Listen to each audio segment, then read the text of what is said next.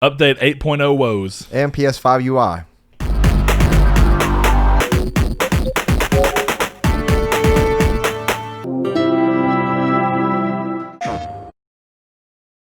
Hello and welcome to Triangle Squared, a PlayStation podcast. I am your host, as always, Brett, back and alongside me, also as always, Mr. Saul Bridges. Bringing you lucky episode 184. 184. I feel like we need to start this episode actually in a way that I can't believe both Saul and I really forgot to mention last time, but I had a whole week of seeing it and people in Discord knew about it. But for visual people who are used to seeing us and who may not be on the Discord, and since Saul doesn't have a Facebook, no, you may have noticed that for a split second, Saul seemed like he may have been a new person hosting the show. Clean shaven. So I have to say something here. Actually, Saul was out last week. This is actually Saul. He buzzed his beard down, but last week it was Michael. It was Dylan. Dylan, yeah, that's a good one. Coming back into a Dickish your best thing. But, yeah. Don't forget, like, episode 40. Or whatever. He did the intro. He did do it as for me. This. Yes, he did. But he also did it jokingly as you. Yeah. On Your Best, I think. Either way, it is Saul. Obviously. He shaved his face. But you're like 2 weeks too late too. Like now there's actual stubble growing back. Like it's actually coming back. So yeah. So it doesn't look as weird now. I know last week it confused everyone. Give it like Thanksgiving. It'll be back to pretty much normal. Yeah. So now that that's out of the way, we start the show off the right way every time. So if you want to stick around and find out where you can find us, you can do so a little bit later in the show. But for now, Saul, is this another week of you playing no video games? It is, and I'll blame 8.0 for that. That is fair. You actually specifically reached out to try and play a game this week with me. So, okay. I lied. A little bit. I did play some Bloodborne, but I started playing Bloodborne. Which also had problems. On Friday. And I was like, okay, I'm going to play this, and I'm going to do the build I was going to do for my Let's Play, because it's my favorite build in the game. And you can go through Chalice dungeons as soon as you unlock them and get late-game weapons and other meaningful, but game-breaking things. So when do you unlock Chalice dungeons in that game? When you beat Bloodstarved Beast. Oh. Yeah, you get your first Chalice, you go through, you beat the first two bosses in the story Chalice or whatever, and then you get this, I think it's the Tumeru Chalice, and then from there you can search glyphs. And then once you can search glyphs, you can go find, for those that don't know, Chalice dungeons are something unique to Bloodborne, where they are randomly generized. I can't speak today at all. Randomly, I'm gonna say it wrong again because my brain is dumb. Generated, yes. It's the randomly generated dungeons that have seeds. So you can go into a brand new dungeon and you can find stuff in there that nobody else has found. But you could also take the seed for that dungeon and post it online so other people can go see it and get items in there and stuff like that. So it leads to you being able to find weapons that you don't get until really late in the game early. And that's kind of how that was always intended for them. They put those items in those seeds for that reason, because it's something completely different. I didn't realize that game. I knew it had Chalice dungeons, and I never really bothered with them because they don't sound like my type of thing. They got really I didn't annoying. realize there were seeds. Yeah, they're seeds. You can type in. I mean, I know that there are technically seeds for any randomly generated thing, but it's not common normally that games will let you type in your own seed. If I go and I do a Chalice dungeon and I like what's in there, say if like there's something cool in there, when you go to the Chalice on the main page or whatever on the tombstone, it shows you what your seed is on the bottom, and you can give that seed to anybody. So the Chikage is a weapon that its trick transformation is using blood techniques. So you use your blood tinge stat. Okay. And you can't get that weapon until really late in the game. Well, you can now get it before you even go fight Vicar Amelia now. Okay, yeah. So that's kind of how they intended to use Chalice dungeons and stuff. Some people don't like that idea. Some people think it's cheap.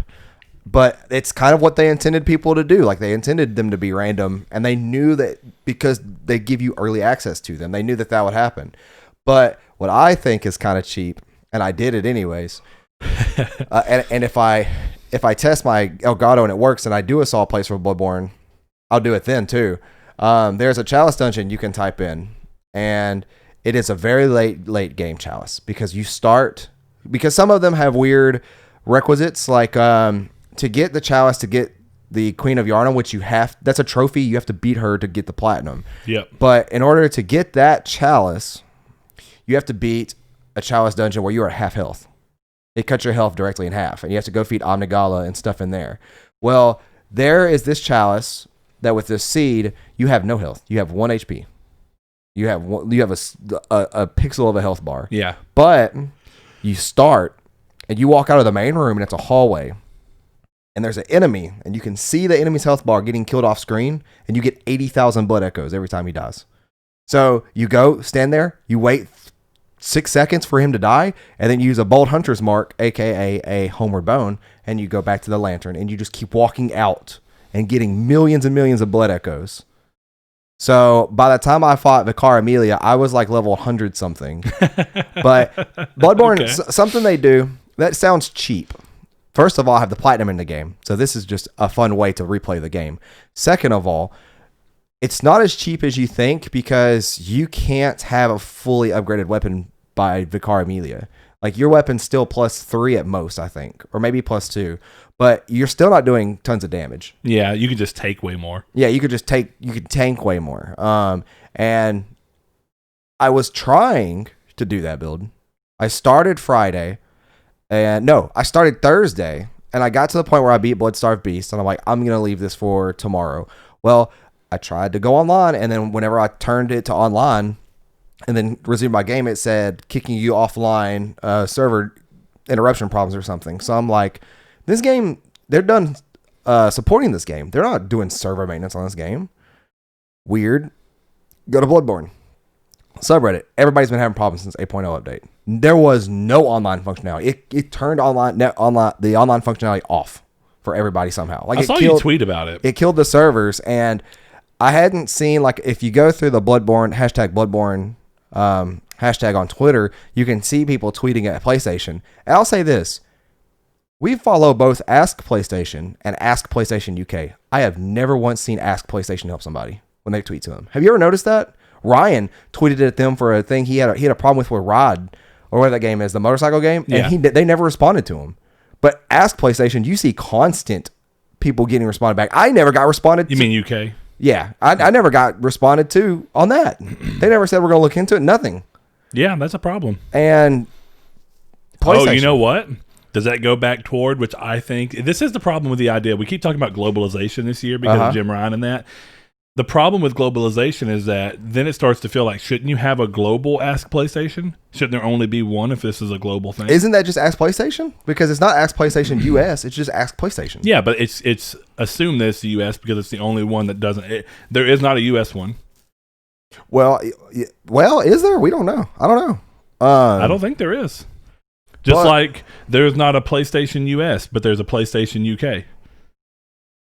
And there's a PlayStation Asia, and there's a PlayStation Japan. No, there's not an Ask PlayStation US. There's Ask PlayStation DE. What is that? That's Denmark?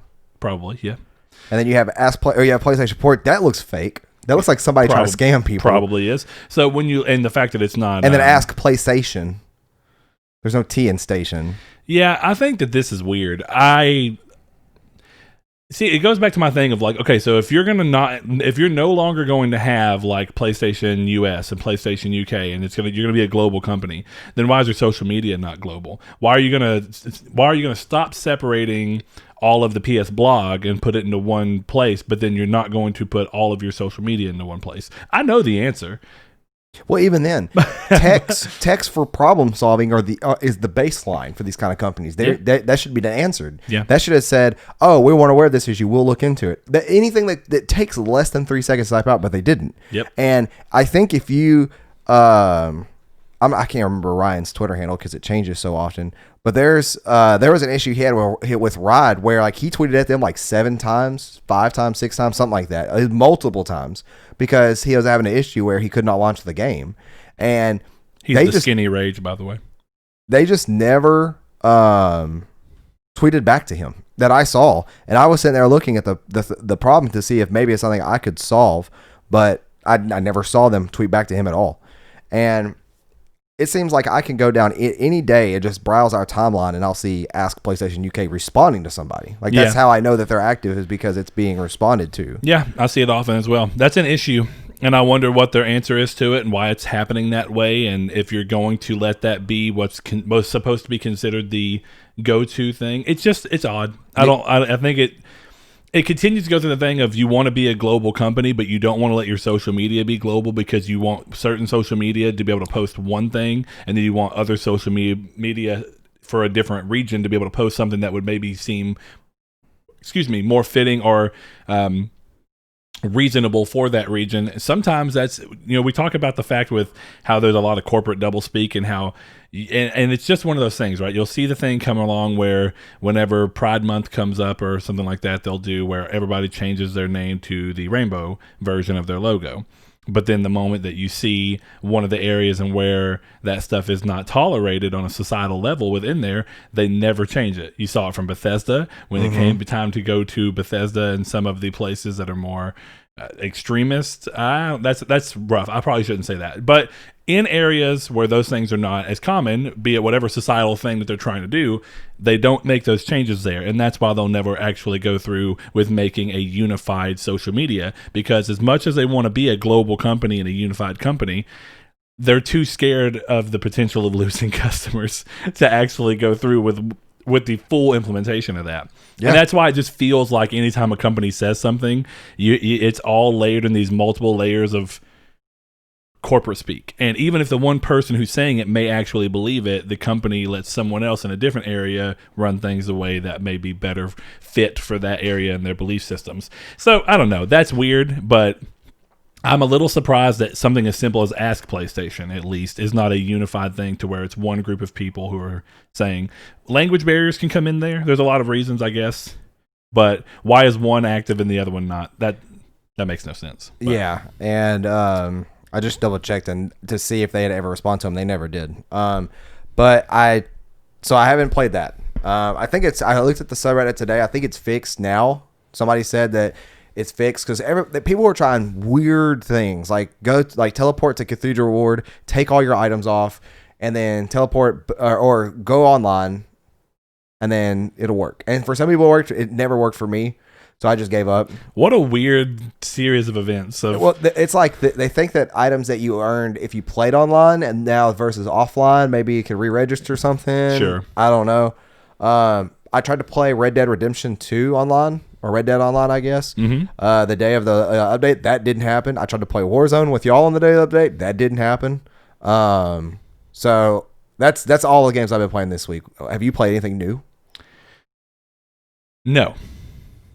I don't think so.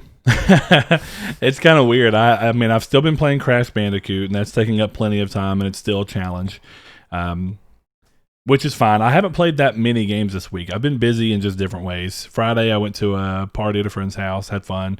Yesterday, I spent most of my time in Hot Springs with the family, having a good time. So... And that's kind of how I've been. My brother-in-law's in town. So yeah. Yesterday, we went to Naaman's Barbecue. That place is really good.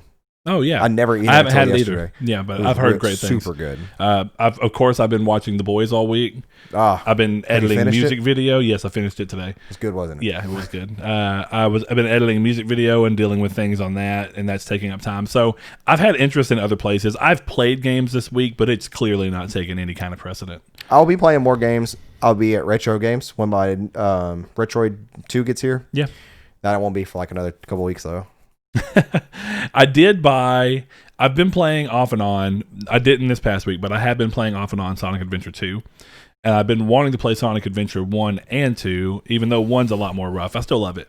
But I've decided that as much as I'm having fun playing them on Dreamcast, and I'm probably going to try and finish them on Dreamcast just because it's the OG experience, I bought both of them during the sale on Steam, where it was 80% off for both of them. So I got both Sonic Adventure 1 and 2 for like $3. That's not bad at all. And the reason I wanted to do that is because while I own the remasters for both of those games on PS3, the problem with the remasters across the board is that naturally they did not go back in and expand to a widescreen. Yeah. All they did was kept them at that 4:3 and then put images on the side. I hate that. All the Mega Man collections do that. Yeah. But I can't stand that. It's distracting. Just make it black borders. I don't really. My thing is like Mega Man makes sense to leave it and make it black borders or whatever. I don't care about that. I think my problem with Sonic Adventure is that unlike a game like Mega Man, there's no problem in terms of essentially what you'd be doing is extending this. That you just be extending the field of view because you don't want to stretch it. You don't want to mess with proportions. You'd be surprised at how many people actually enjoy playing emulated games stretched. It depends on the game, and it depends on how weird the art style is. Sometimes I've tried stretching Sonic before, and it looks wrong because his proportions are already odd. He's like flat. Yeah. I used to play Crash Bandicoot stretched on PlayStation 3 whenever we play the PS1 ones. It didn't bother me. Something about the way those games are made, once you stretch it, it takes a very slight little bit of adjustment, but then you can do it. But when you're coming through and remastering a game, there's no reason that you can't just tell the game, hey, instead of looking at this much of the view, look at this much of the view. I don't think there's a problem inherently, and clearly that is true because on the PC version, which is naturally like that, there are mods for both games to let you play them in full widescreen support where you just see more of the map around you. And it also does that in cutscenes and a bunch of other stuff. I like that. I think that's a cool setup. And they also have a bunch of stuff to make the game render in like 4K, which again naturally could not happen. There's a bunch of things I'm just interested in trying out. There's switching out to the models from the GameCube games, but keeping the lighting from the Dreamcast games because the GameCube models are cleaner and better. But the lighting makes them look shiny and weird when in comparison to the Dreamcast, which made them look like they had fur. Weird. So there's a lot more control, I guess, and I do think that if you look at Sonic Adventure 1's GameCube, whatever it's called, the terrible name, Sonic Adventure DX Director's Cut, it's got and I don't know why. I guess it's because of the way GameCube worked or whatever, but it's got way worse textures across the board for that entire game.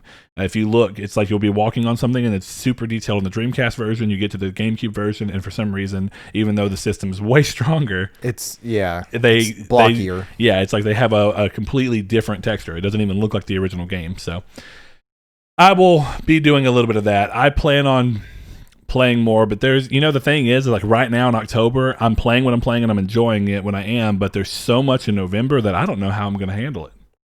I'm going to handle it by not getting a PS5 on launch because I can't take the PS5 out from launch, right? Don't even worry about that. Don't worry, there's plenty of games. I'm not playing Cyberpunk until I have PS5. That's fair. There was one other November release I was going to play. What is it? Not Demon's Souls because I'm not going to play that until I get a PS5 because news, we might get it on PS4. I don't know. I'm not sure. But yeah, like there's... I don't know what yours was, but there's, of course, all the PS5 games. There's plenty of cross-gen games within that. If you're a big fan of Assassin's Creed, you've got Assassin's Creed. You've got a new Call of Duty. You've got huge, long-running franchises. You've got new games that are coming. There's just sports games for their respective thing, which we always see. We have cross-gen games, like the fact that even if you're not getting a PS5 at launch, you can still go and play Spider-Man Miles Morales. You can still play Sackboy: A Big Adventure. But see, for people who have intentions on getting a PS5 in launch window, I feel like that's like, why would you do that? Why would you do that? I agree, but and that's why if you don't have those intentions, like I understand for you, it makes no sense for you to start games that you'd rather just play on PS5. Yeah. So for me, like it's Destiny 2 expansion is gonna be something I want to check out. Oh yeah, but that's really it. Like everything else is pretty much going to be a PS5 thing, and I've signed up for Amazon emailing on when the PS5 will come back in stock. Never once have I been emailed. Yeah. And it's kind of frustrating. I'm hoping I get lucky, and in the same month period of time, so between then and Christmas, I'll find one. I think the problem right now too is that you're specifically aiming for the digital, of which they've made way less of, it seems. Even then, though, like it's the cheaper one. So people are going to get the cheaper one regardless. It's that too, but they especially people who don't care about physical collections. Yeah, but it's interesting that Sony made so much less of them. Like if you looked at all the pre-order things across every vendor, like that had the ability to, they had so few. It's like 23% less or something. The number that I read, way less than that. Certain places had like 80% of their pre-orders that they were allotted physical. I mean, there's only 23% of the digitals made versus based on the pre-order numbers. Gotcha, I don't know, dude. Like. I want one, obviously. Mm-hmm. I want one within launch window. I definitely want one before Christmas because I'm going to take, I said this last episode, my vacation for work is going to be during Thanksgiving week and Christmas week. I want something new and shiny to mess with around that. Until then, I'll probably just be playing Pokemon or something on my Retroid. Do you remember for a long time, and this is one of the things that came up with Xbox One when it was first coming around, and it was all these things about used games not working and different things going on. There was this idea that because it wouldn't be beneficial to the vendor, I shouldn't say the vendor, I guess that is technically it, but the retailer, rather, it wouldn't be beneficial for them to really worry about selling a machine that they would only get the purchase of the machine for and nothing else. So in the relation to like GameStop, a lot of people talked about, well, GameStop's primary moneymaker is the used game market. Right. So if the Xbox One can't play used games without people essentially having to rebuy the game, there's no reason for GameStop to worry about selling the Xbox One. Now, clearly that was all changed, and it ultimately didn't matter. But for a long time, and I understand the basic principle, but for a long time there was this idea that the moment that you take tech stores, definitely individual gaming stores like GameStop was for a long time, and you tell them, well, here's our new console. This new console can only play digital. That those retailers would go, we're not going to worry about selling that SKU or that machine at all if there's not a version that has disc, because we won't get any repeat purchases off of you. Someone will come into our store, buy the thing one time, and at least for that item, there's no guarantee they'll come back to buy anything else. I'm not saying that that's necessarily for real how it should work. I just think it's interesting that clearly that's not how anybody's taking this. It's too bad that I don't think GameStop has that power right now. No, I don't think they do. Because if they do, they have money hoards somewhere they're not telling us about, because that could make or break them. And honestly, like I've already said to people before, like I don't like GameStop. I don't like their business model. I don't like the way they operate. I don't like the experiences that I've had at local ones, despite having 100 good ones. Mm-hmm. The 100 good experiences outweigh like the 5 bad ones I've had. It's just annoying. Now, so here's something that I don't think we mentioned last week, even though I'm pretty sure it was news last week. GameStop and Microsoft have teamed up for a deal. I don't care now, about the only reason I bring that up is that it actually brings in something to what we're talking about just right now for that split second, in that if I'm not mistaken, when you were reading into it, GameStop gets a share of every digital purchase. Well, you know what's crazy? I think. I could be wrong on that. That's why I'm trying to look real quick. It's crazy that a company one generation will say, I won't support this console decision. Especially if that was directed towards Xbox. Now they have a deal. Okay, yeah, I was right. Look, so just because of how crazy it is in this, the way it's going to work, and this is a quote from Loop Capital analyst Anthony Chinkumbla. I could be saying that name completely wrong, but he says, the way it's going to work is for every Microsoft Xbox console that GameStop sells going forward. So I'm assuming that means that the GameStop allotted systems are going to have something internally that lets you know they're GameStop systems. Could be wrong. GameStop will get some percentage of the revenue from every digital full game download, DLC, microtransaction, and any subscriptions as well. That's sad. Yeah. The remaining question is how big of a revenue share GameStop will pick up from the Xbox consoles it sells, and whether it truly is all consoles or just deals associated with All Access specifically. That could spell the difference between this being a nice bonus in return for using more Microsoft products on its business side, or an all-new business approach for GameStop ads on your dashboard. Oh, no. Please, no. But the thing is that we've seen ads across the dashboard on both systems this generation. I do feel like, and it may just be because I'm hardly ever on it, so I notice it more, but almost every time I open my Xbox, there's an ad. Okay. Is there something broken with the PS4's ability to put selected content on my dashboard? I have it unchecked, where it says, check this or whatever if you want selected material, marketing material for you to appear. I have that unchecked. Mm-hmm. I still get the monthly PS Now things that go on there. And I have PS Now. So why are you advertising PS Now to a user? I get that. I get the whatever. Every time there's a sale of some kind, like a named sale, I get that on there. It pisses me off. A name to sell. Yeah, like. Oh, you mean like spring 2020 or something? See, I don't mind that as much. The only thing I get on, don't get me wrong. I mean, I still wish you could have it off completely, but it makes more sense to me that someone like PlayStation or Microsoft would be promoting their own things within there on their dashboard, at least because it's within the ecosystem. But there's been times across multiple Xbox ones that I've owned where I've seen promote, whatever you want to call them, ads for things that have nothing to do with specifically Microsoft. See, and that's a bigger issue. Like you got like 2K16. Yeah, it's like I don't play 2K, so that's clearly an ad that they're just trying to target at everyone. Which I don't like that. We'll talk about that here in a little bit too, because there's something that is on the PlayStation UI that I am not a big fan of.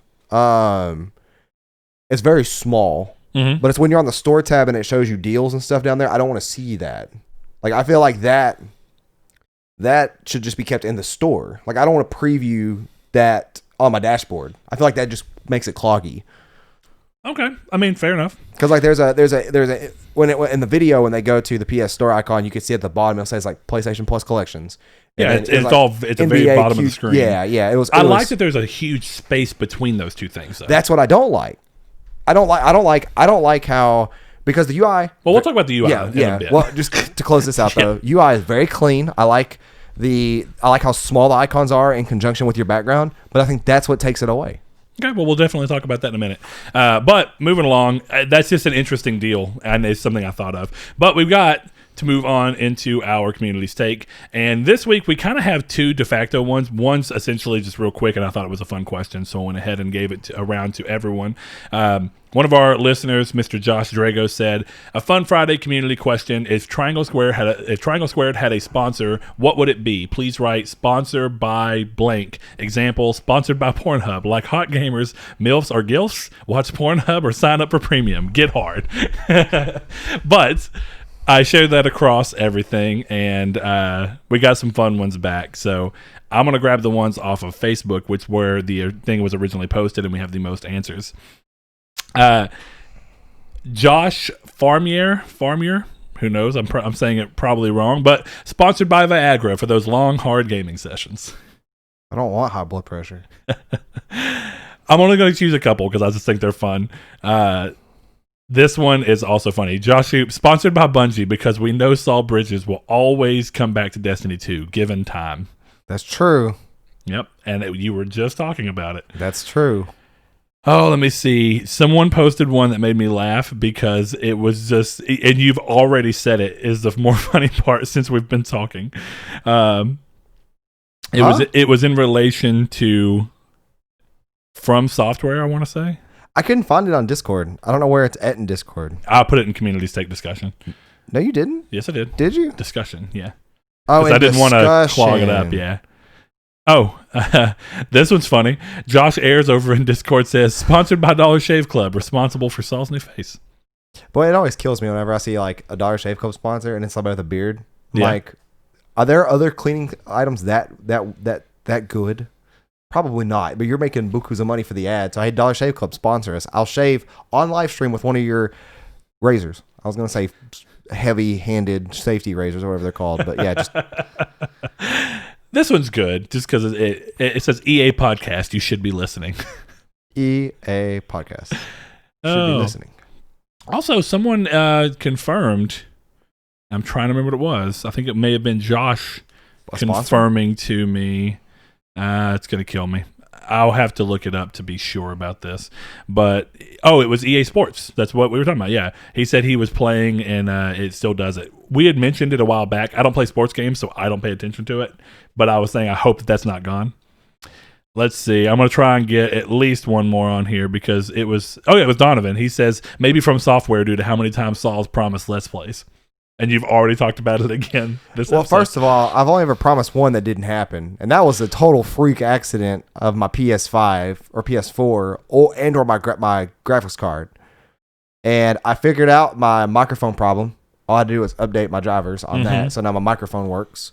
Good. So, yeah, maybe during my vacations I'm taking soon. I don't know. All right. I have to say this one just because what the hell is it? Sponsored by the Dorito Pope is what Jeff Schrock put in the Facebook group, and I'm pretty sure it's a picture of Jeff Keighley with... It is. He's the Dorito Pope.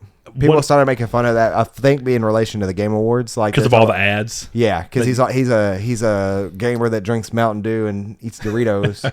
Wasn't there, like a year or two ago, the whole Game Awards were sponsored by, like, Schick, and they had, like, a Schick Quattro guy fighting in Mortal Kombat? It was so weird. I don't remember that at all. It was so weird. It was just one of those things where it's like someone who probably has nothing to do with gaming is like, you know what we should do? We should be in putting We should be putting our product into gaming because gamers have to do these things too. So you know what's really weird is when you have the opposite of that, and that's where you have people who are not interested in gaming, but they try to put their products into it. Well, that's what I was just talking about. I think I said it word. Okay, well, I was gonna say there's a YouTube channel I watch called Austin Flippers, I think.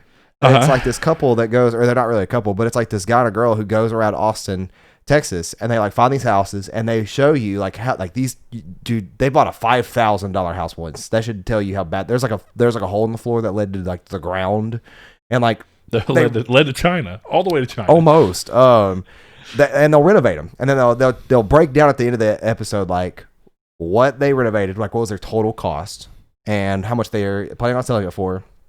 And then all the closing costs and stuff like that.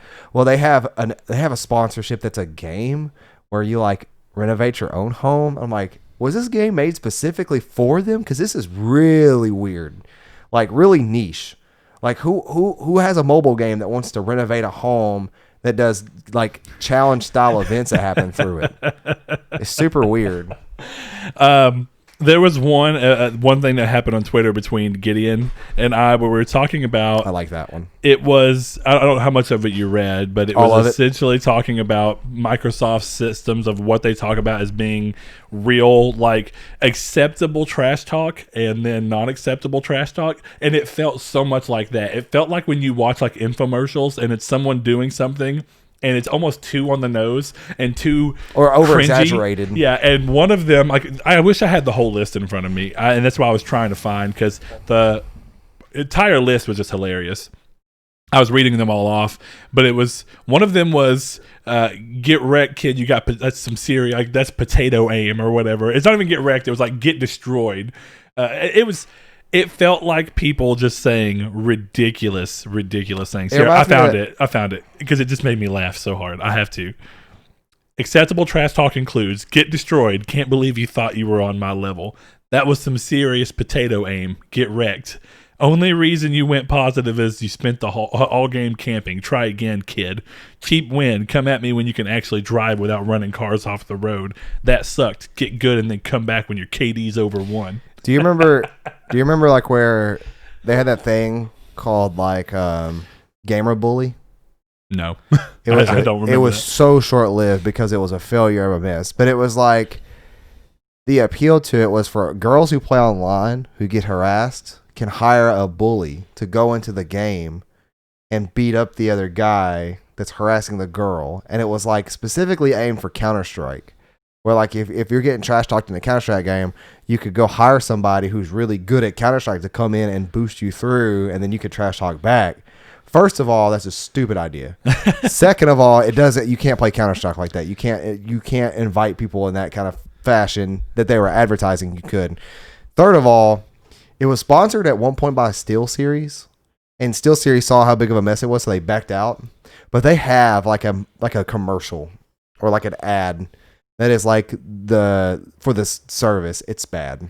So here's my big question. What is that? What was that called? Have you heard of potato aim before today? Yes. What is it? That's a PC. That's a PC thing. I don't know what it means, but I specifically there was a game a long time ago, like 20 years ago, called Warrock, and it was a first-person shooter on a PC, and it was free, and there was no weird gimmicks. It was just a free first-person shooter game, and you'd get called potato aim a lot in that game, like for whatever reason. I've never heard that. Apparently, I'm uncultured. I just thought it was weird. Bully hunters.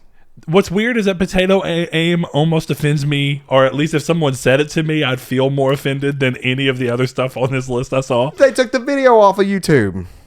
Is that bad, huh? But it felt like things that you'd see people saying, like, you know, like in Degrassi when there's like a bully randomly, and it's just like, we're going to say something bully about edgy. Yeah, it just was weird.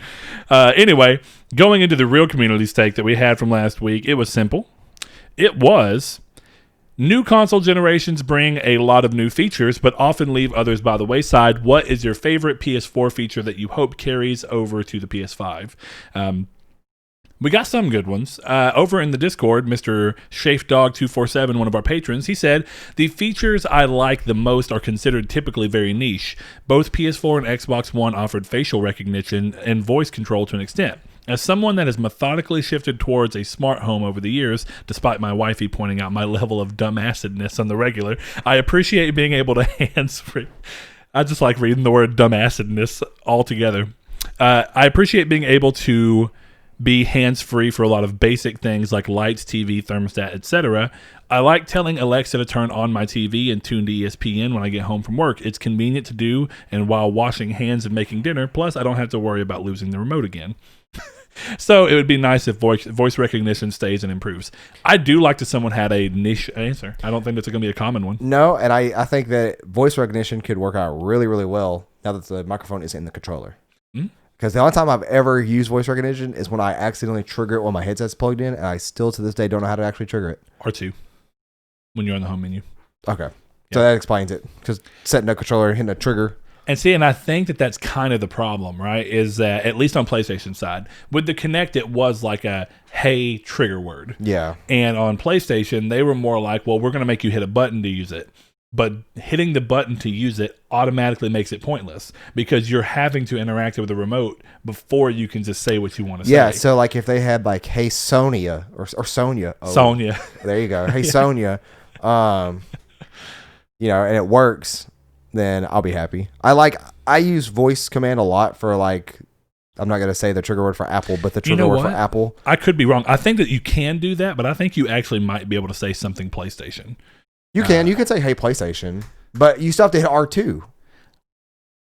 I think. I don't remember. See, it's not something I use, and that's why I like that he brings up the fact that it is niche. And I think it's more niche on PlayStation because it wasn't such a touted feature. Yeah, because it'll tell you, like, you can say, and then it'll have you give examples, like make a screenshot or something. But El Jehudi hits us with a loaded one. I like this one. The most important feature, great games, period. I don't foresee that changing anytime soon. That is the most important feature. And this comes into a conversation that we're going to eventually get into in earnest during the discussion about the UI. But the UI talk that's been happening ends up being a weird thing too, because features and all these different things that tie into them are typically looked at from, like, the UI is where a lot of these features are brought to head. And if legitimately the only thing you care about is the games, UI ultimately, unless it's just literally terrible, UI ultimately doesn't matter to a select group of people. Well, okay, I was going to say, because you added that addendum there, I was going to say, I think UI is where it becomes appreciated the most. Oh, yes, I agree. When you are playing those said games. Yeah, but I think it's just one of those things where some people look at features and they're like, well, what's the one feature I want to come over? And you don't even think about anything other than, I'm not worried about features coming over. When you get asked a question, you're like, I just want to keep playing good games. If they can make good games and it's not actively harder for me to get into them, then that's all I want. That's just one of those interesting things where some people care about feature set stuff, and then some people are like, the only feature that matters about the box is the entire reason I bought it, which is to be a games box. Some people like the aspect of added elements on top, and that's why you get into that weird thing of, like, even though PS3 could do a lot that the Xbox One ended up being able to do, and then that even some more, because PlayStation was never like, hey, this is why you should buy this. Ultimately, for people that didn't care and just wanted to play games, it didn't matter. But then since Xbox One was like, well, you buy our console because you're going to use all this UI. And they're like, I just want to play games. Why are you doing this to me? Yeah. It's not everyone. And I think that the Xbox One is a little more exaggerated because when someone comes out and uses that as their primary form of showcasing you the console, you do start to worry. Or is it going to be harder to play games because you want me to sift through all this other stuff that you also want me to do? True. And I think that's why more people had that feeling of, like, I just want to play games. Stop talking about football and TV and all this other stuff. Yeah. Yeah. No Fate says a good one. He says remote / share play, especially on the Vita, which somebody cue up the funeral march soundtrack because that's not going to happen. When they said they fully stopped supporting it, I'm pretty sure they meant going with that too. And I mentioned this months back, right? That the problem with remote play on Vita is that this will inherently require them to still bake the chip in to the SoC, which I think did happen because of the fact that we saw the PC and mobile app get updated for specifically remote play. No, yeah, remote play is still going to stay. But the thing about the Vita is that the extra step that I don't know that I'll see them do is that they have to, in this particular situation, update the system software. They only have to update the Remote Play app on Vita. They would have to update the system software, though, to support the update on the Remote Play app, wouldn't they? No, they wouldn't. For new technology? No, I mean, it's not new technology. It's the same technology that powered PS4. The everything gets streamed and handled on the console side. The Vita just acts as the interacting I would imagine medium. that the PS5 has a better chip in it that streams better. Yeah, but all it is I mean, all that the app is trying to do is it's set up as a code to connect and then read that data. That doesn't happen on the system side of the Vita, so it doesn't have to be worried about it. I mean, you totally could, and I think that the Vita actually may have a chip that helps it decode that information quicker, but that was also when you had slower internet and you were trying to deal with that. I'm pretty sure at this point, as long as you're on Wi-Fi, you'd be golden. Well, at this point too, Sony is not updating anything on the Vita. Like they are 100% done with the Vita. But that's it does seem like it's not too much of a crazy ask to ask the people that still do love the Vita, and there is still a quite a thing around. Yes, it is, because just to say, hey, all you need to do is update one app. I'm not saying they will. I don't think they will. Listen, Sony is a plane flying over Vita Island with an SOS signal, and they're leaving them. I mean, yeah, yes, that's exactly what it is. Yeah. Sorry, Vita Island. I don't see the only reason I say not completely be there with y'all is like I at least appreciate, there was speaking of Gideon, there was earlier there was a thing where I kind of no fate. I accidentally I know, but I'm saying earlier we were talking about like I did. I don't.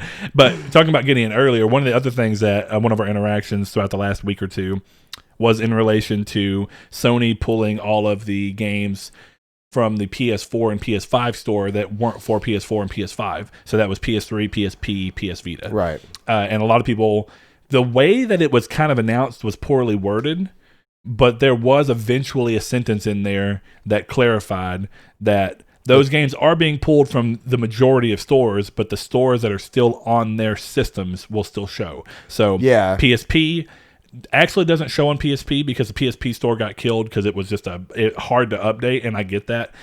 So instead, the way that you get PSP games is a way that's been forever. You can download them from the PS3 store, and then you plug your PSP in and then transfer them to the PSP. Right. Or if you're on the Vita, then you are emulating the PS3 store in a way, aren't you? Or not emulating, but you are using the server of the PS3 store, right? Yes, I think so. The Vita store is a little different. There's PSP games on the Vita store. Yeah.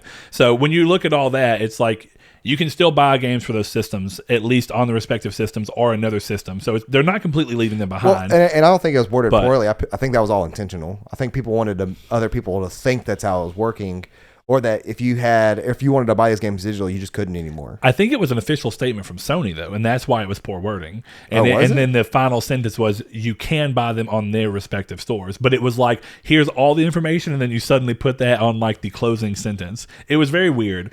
See, a lot of websites used that as clickbait in a way, too, like where they said, like, you can't download PS3, PS Vita, PSP games anymore. And it's like, well, you can't download them from a web browser. But if you have those consoles, which is why you would be downloading them, then you're still good. Yeah, exactly. It's not a huge deal. I wonder even the reason they closed that thing down is because nobody used it. Who uses a web browser to download those games? Couldn't have been nobody uses it to download the games. The only thing that it's like every now and then when I'm at work and I think of something, like it'd be pretty easy for me to just go to PlayStation Store on the web browser and buy the game and be done. Yeah, but it has to be a small percentage for that. Oh, I'm sure it's pretty small. And even then, you got to think, from the mobile app, most of the reason that people use the mobile app is just for ease of use and the ability to go ahead and tell your system to play the game or download the game, rather. Yeah. So since PlayStation 3 doesn't support that functionality, nor does Vita, nor does PSP, it doesn't really have a huge impact that you can't do that from the mobile app because you never could. But, I mean, the only downside of that, while we're on that particular topic, and then we'll go back to a couple more of these, is it's something that I think is probably going to... I hope it doesn't happen with PS4, but the PS3, whenever the PS4 was coming, they decided to take a system that was infamous for the fact that it did not have unified RAM so that when you weren't in a game, it could use the other. And they decided to take a system that only had 256 megs of RAM for all the UI stuff and say, we're going to take the store that works perfectly well and we're going to update it right ahead of the PS4 so that it looks and runs like the PlayStation 4 and one. It ran so bad. But it was so slow because it was so visually oriented, because I get it. It looks slick. But when it takes 18 hours to load on your PS3, That does not work well. I know, again, they never do this, but what they should have done for PS3 was left the store alone. The store ran the best on PS3 from the first iteration, where everything was like bubbles and like, you know, little things. And then when they started trying to make it visually impressive, it's like, this system is not designed to handle this. Nuh-uh. Stop. But yeah, that's the only downside you run into. So a couple more over here. We have Rob Pitt, who says folders day one. So if you, I hope that you can actually delete stuff off of your crossbar. Oh yeah, because I have a Sony folder, because 90% of those apps like Playroom and crap like that, you can't delete. Yeah, but they just end up eventually going off if you don't touch them. That still doesn't. That's not a good solution. Yeah, I agree. Every now and then though, like in that Sony folder, my gallery's in there. I want to go show somebody a screenshot. Well, now that folder that has Playroom and gallery is now all the way up at the front now. So now I have to wait until I play 20 more games so it goes away. Yeah. Which, you know, a lot of what we're talking about right now is actually going to play into a little bit of the UI talk. A little bit. This is an interesting one. So over on Facebook, Josh Drago says, listening to Spotify while playing games. I've not heard much about it. I would assume it'd stay. But I assume it stays as well. That's a partnership thing. Yeah. So like that probably, unless their partnership is expired, that should stay. Because I do use that when I'm playing Destiny every now and then. That's a really cool feature. Yeah. Derek Porter says the ability to have a primary system and still be able to log into another one. Reason? None of your business. Yeah. Derek, I don't know if you know this or not, but they have announced they gave like their official view on that. And that is that they really don't care. Just make sure that you are giving information of yours to people you trust, because they are not responsible if you get hacked because of this. Yeah, so essentially it was like a clarification of, if someone that you give your information to ends up utilizing your credit card stuff when you told them not to, or because you left it on there, or whatever it may be. They have nothing to do with it. And then you try to go back and say, hey, can we kill this transaction because I didn't approve it? Then that's not on you, and I think that it even gives them grounds to ban you, because you're putting them in a position to where, if you open, that's what it was. I forgot about that part. If you try to open up a support ticket on your account for a game purchase on somebody else's console using your account, they can permanently ban you because of that. Because it's not exactly against their TOS, but you're admitting that you got trapped for doing something that is against their TOS, kind of thing. Yeah, like you're admitting you exploited something, and now you're trying to get them to fix a problem that you created. So it's like what they'll do is they'll ban you, which I don't know, like if that's the full extent of that ban, because it can't be. It won't be an IP ban. It might be. Do they even do temporary bans? I don't know. I don't think so. Like 2-month bans or something. I don't know then. But yeah, like there is a way there, like you can really mess yourself up. But once again, if you're doing it with somebody you trust, you have no issues. Yeah. That's true. And the thing about bans that are really weird about digital content is that digital content is even more scary because, and I don't get me wrong, I'm not saying that maybe they don't deserve it and they didn't bring it on themselves, but people change, and eventually you can get to a point where someone gets banned for something that they did that was stupid in the moment, and maybe they deserved it to an extent. But when all that you own is digital, every single purchase you have goes with that ban. Well, it makes those things. It makes a ban a lot worse than just what you lose. Well, I lost friends list. I lost trophies. If it's offline games, it doesn't matter. You just lost your ability to play a Call of Duty. Well, it depends, because it doesn't take those licenses away. Well, if you're banned from the PSN, as far as I understand it, you're not supposed to be able to go back to the PSN you can't log in. Still log in, so you can't see. I mean, I could be wrong, and if I am, please tell me. But I know that there was someone who was wrongfully banned and had to go through Sony because he couldn't play any of his games, couldn't find his purchases or anything. And it was during the events of this show, like during the lifespan of the show. That happened with... and he had to call, and the way that they had to... The name, because he was banned for his name. And he had the name for like 8 years. Yeah. Prior.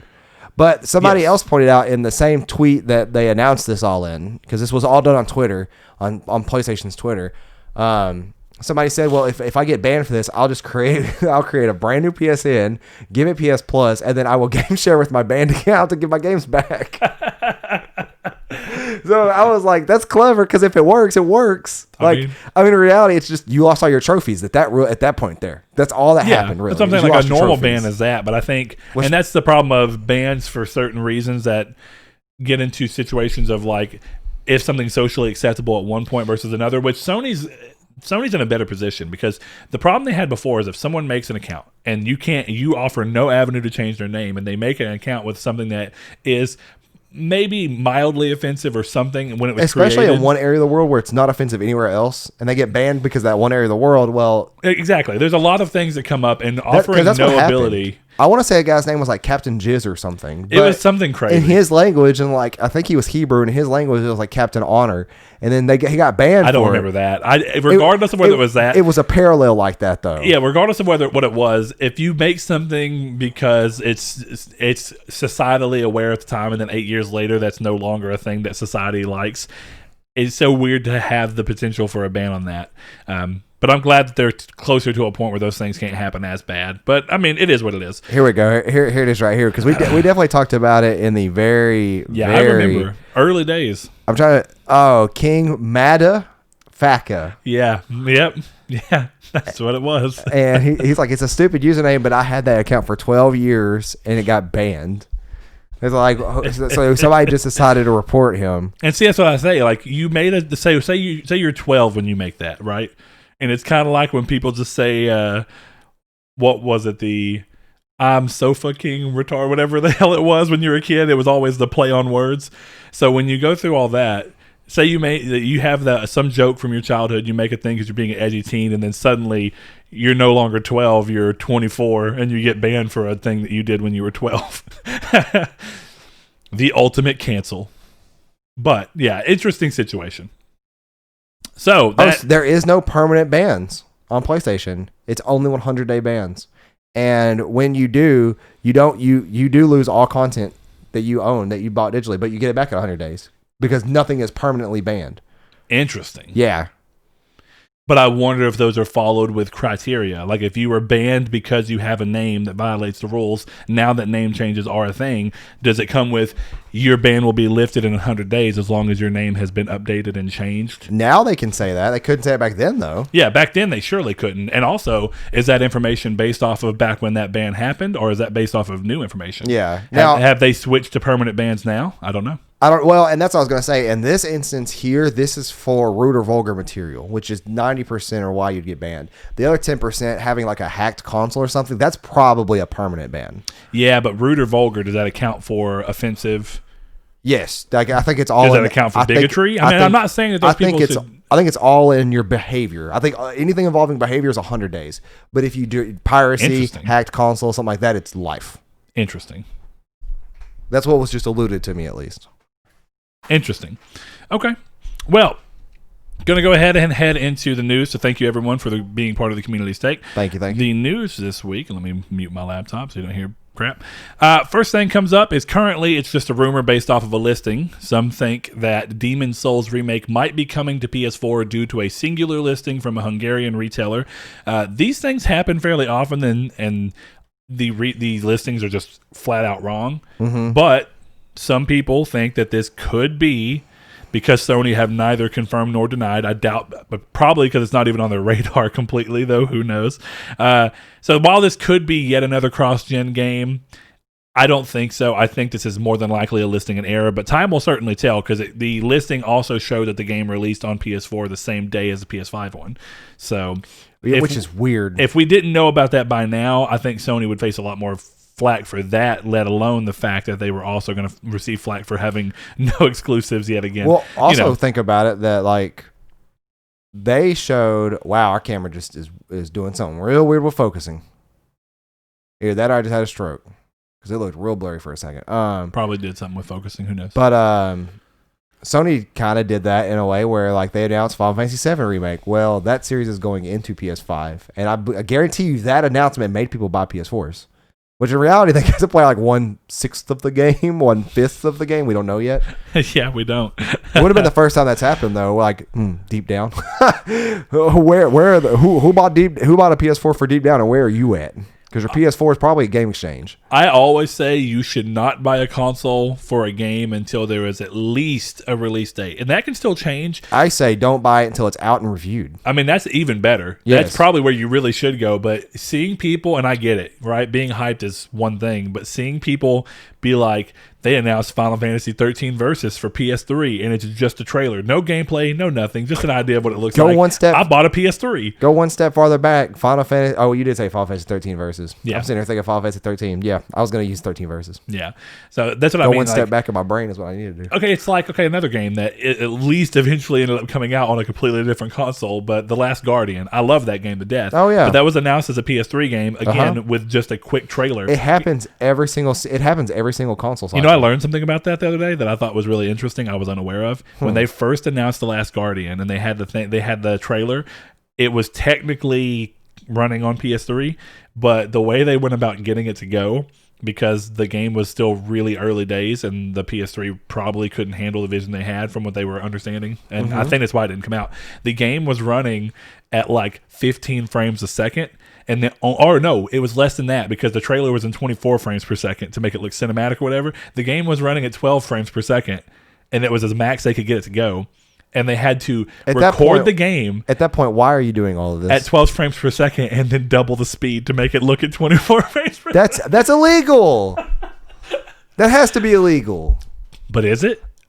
It's false advertising, isn't it? It's not necessarily representative of a final product. That's the thing. And if you ever that's why you never trust that in a trailer. When it says every time, you're like, this game will look like boo boo when it comes out. You never know, but it's just. I mean, look at Final Fantasy 13 Versus when it came out.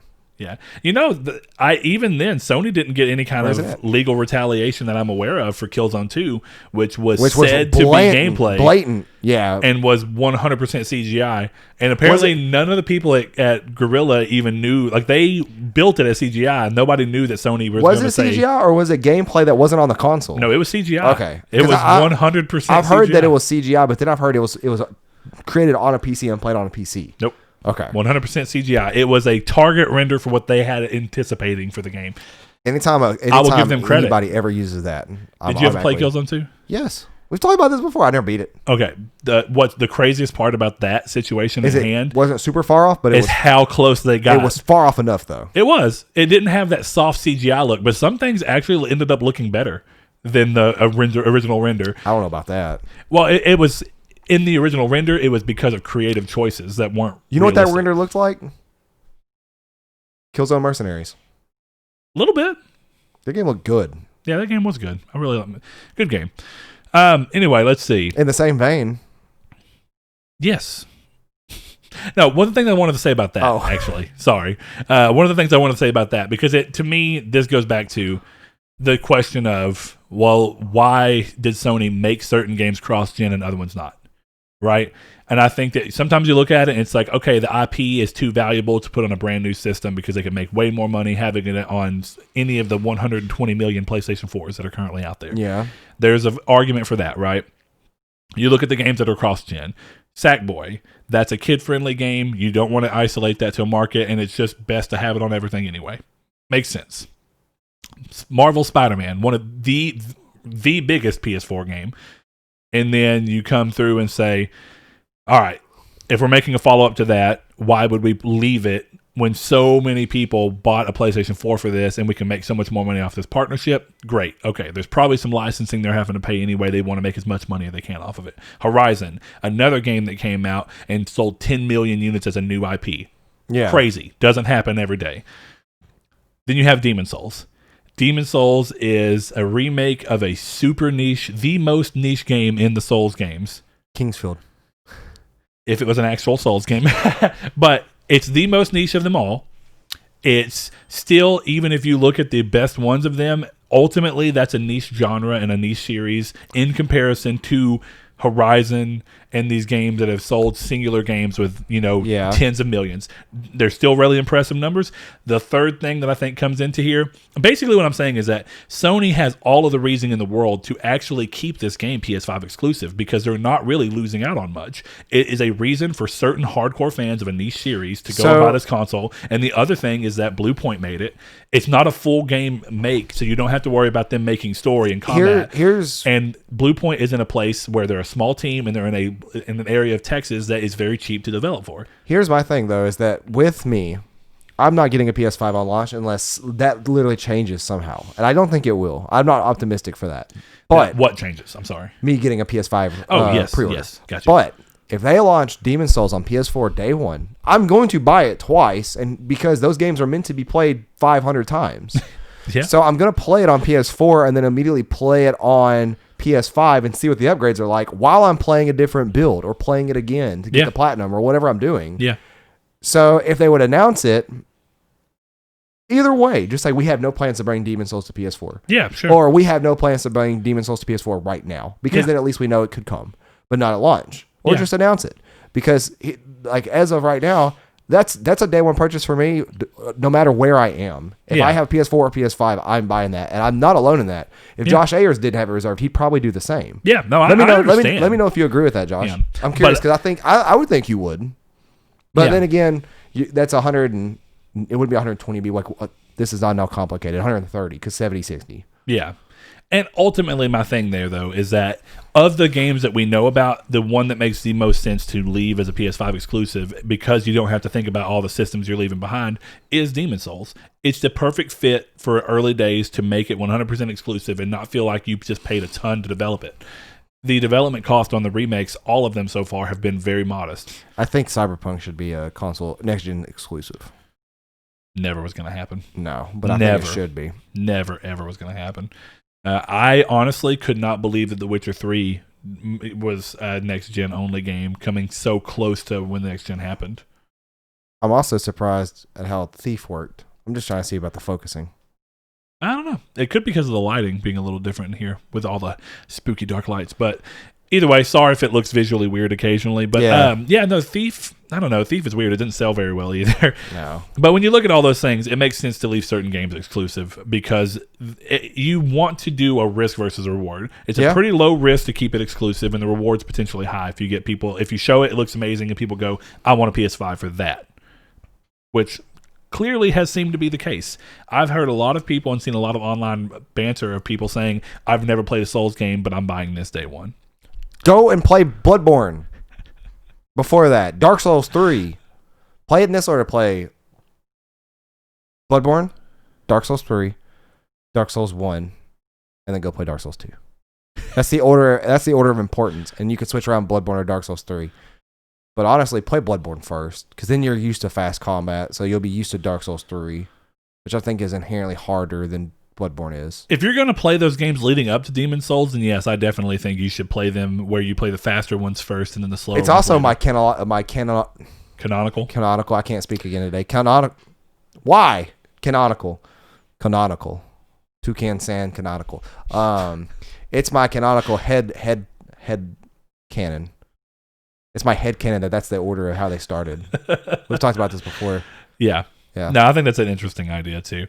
All right, next thing up on the list though is Mass Effect Legendary Edition, hinting at a remaster of the trilogy, has been rated in Korea, meaning that an announcement is likely close. It only took the entire generation of people wanting this for it to finally apparently happen. I'm calling it now. The game is going to launch on November 7th. You think it's going to launch? I think it's going to launch. Stealth release? I think that they are going to stealth drop it, because here's why. They're not going to do a full-on remaster of these games. They're just going to do it 1080p, 60 frames up, and fix some glitches. That's it. And I don't think anybody wants anything more than that. And it's being rated, which means it's somewhat close to release. Yep. And we are a month out from that in Korea alone, and who knows how long this has been going on that we don't know about. They're just going to stealth release, just like Metal Gear Solid games did, even though those are garbage ports. These could be garbage. I don't know. Another interesting one. Josh Shoop said that he's been playing those and that he's had zero problems out of those ports for Metal Gear Solid. Josh, let me know. Hit me up on Discord in a DM. And let me know how... I'm trying to think on what boss it is. Let me know how Liquid Snake fights. Because I've heard that's the game-breaking boss. But anyways. I don't know. Next thing up, this one's pretty interesting. And from here, it's all pretty much PlayStation news, which is good, but it's specifically PlayStation. So not long ahead of the release of the PS5, a number of first-party PS4 releases have begun receiving patches out of nowhere, even titles that have been around for years, like God of War 3's remaster. Other titles that received updates are Astro Bot Rescue Mission, Marvel Spider-Man, God of War from 2018, even VR titles like Blood and Truth, and there's more that have received them. The patch notes simply state bug fixes, but considering that so many of these titles have not been patched in years, some of them I think never, I don't think that there's ever been a patch for God of War Remaster on the God of War 3 Remaster. That's unusual. Which does have an issue, a visual issue I've replicated multiple times. It's a pretty small section, so I don't think it's a huge deal, but when the game is known for being gorgeous and you have a complete texture missing on certain rocks that are flying at you while you're using Icarus' wings to fly up this part, it's pretty bad looking. Yeah. So a lot of these games are receiving those. Take with that what you will, but there's a couple of things that come to my mind. These are patches that are being required for them to run as absolute best as possible on PS5's version, for supporting backwards compatibility. That might be because these games are so specifically optimized for PlayStation 4 that when you're going into a state on the PS5 where it's a slightly different version of that, they need to be tweaked a little bit to still run correctly. The other thing, which I think is a little less likely, but I would love it, is that they are patching in unlocked frame rate modes and potentially even variable resolution modes so that these games can take better use of Game Boost and show off enhanced backwards compatibility. That one's a little far out there, but I think it's far out there too, but it could work. And then lastly, this is, I think, the furthest one out there.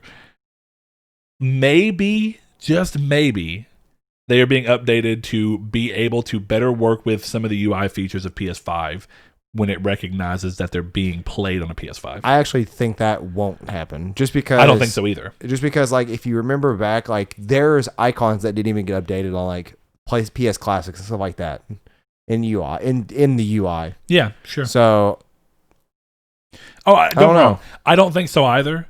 But it depends on what Sony wants to do with backwards compatibility and what their plans really are. Is this us starting to see them have some kind of an actual plan to, I shouldn't say retaliate, but what is their take on doing more with backwards compatibility? I mean, they've already kind of seeded the ground of not including PS3, PS2, or PS1 when Microsoft is going all the way back to the start of their systems. Yeah. That's one thing. But Microsoft's big push, too, is talking about the enhanced versions of backwards compatibility. Now, as little as I think that this is actually a likely chance, this does come into the UI discussion a little. But if you want to sell people on your UI ideas and your new things that you're coming out with, right? Normally, how do you do it? If you have new tech that has new features, show it off. You show it off from first-party things that you're controlling. Now, there's not a lot of first-party games coming on day one. There's like 4. And then you assume that PlayStation's been working very closely with the third-party releases to where hopefully things like Assassin's Creed and Watch Dogs Legion and all these games are going to have their PS5 versions will have the UI baked in for cards and all these things. But wouldn't it also be interesting if day one, a ton of your backlog of first-party titles have things like the card systems that say, hey, you haven't done this and you're 33% in? Yeah, see, I wonder how hard that would be to update that on a progression level. Me too, as well. So there's plenty of questions as to why it could or couldn't work, but we'll talk about UI here in a little bit. PS4 system software update 8.0 released this week, making changes to party and messages, avatars, and other feature tweaks that will be setting the stage of what to expect from PS5. The update initially brought huge problems with people's friends list and messages working as they should, as well as people just having general connectivity issues, but have since been fixed.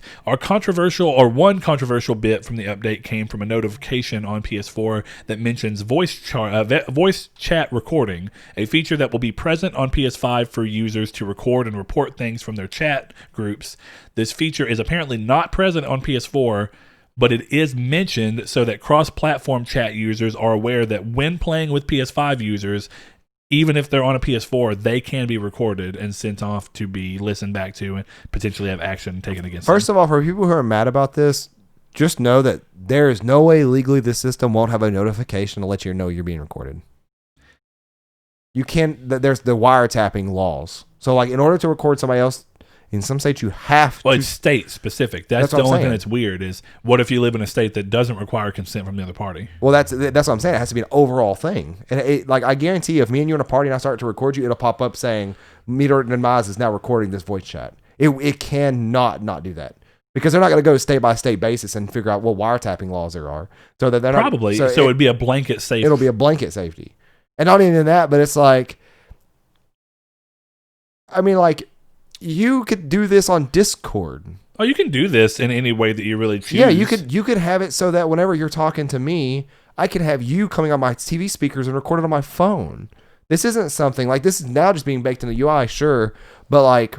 And it means that Sony is going to hire people specifically for this. Whereas before, or I shouldn't say that, but the people that they hire for these things right now are going to be specifically trained for this. Whereas if I think I recorded you from my capture card and then emailed Sony and sent it in and said, hey, this is what someone said to me, because now it's being baked in, they can see who said what, who exactly was in the party, make sure there's no changes being made to the imagery or anything like that, and then going forward with something.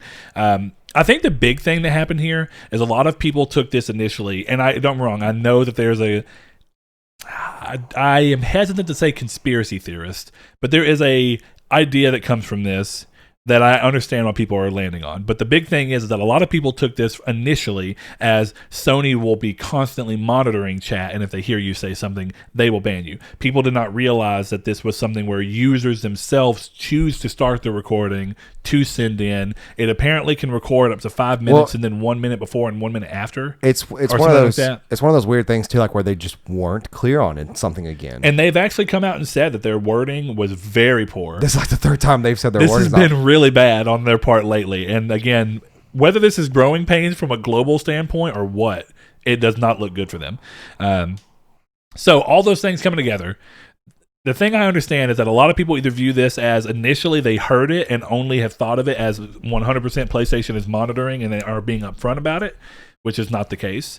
Then you have the people who are on the complete opposite side who are saying this is only Sony listening whenever you send something in. And then you have the other people that are going, now that they have the option to record you, which realistically they've always had. If they wanted to do it and not tell somebody and hide from the legality aspects of it, they've always been able to do this if they want to. And my go-to thing with this, but especially people view it as a slippery slope thing. You know, now that they can also do it in the background is what people are thinking about. Even then though, my thing with this is that no matter where you are in the world, somebody, if you're around somebody else, is 10 feet away with this in their pocket.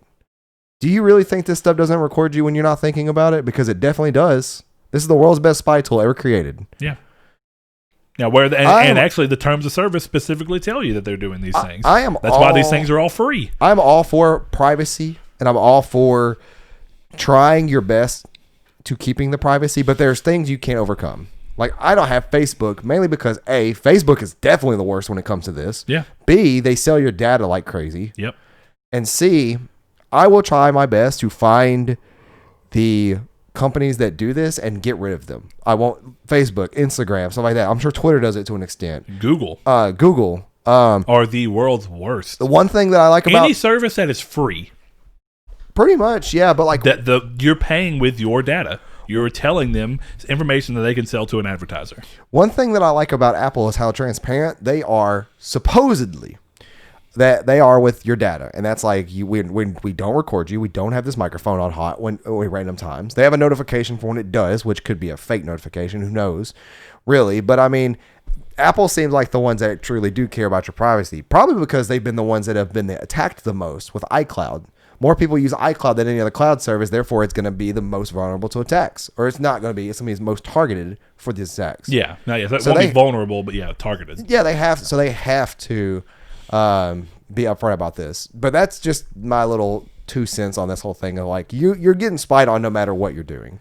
This laptop in front of me is spying on me right now. You know the really interesting thing? I'm literally talking into a microphone. Yeah, right. One thing that was cool is I saw a laptop one time that had a little thing where you could specifically build into the laptop a slide to cover your camera. Yeah, that's cool. It is. But going back to your thing real quick is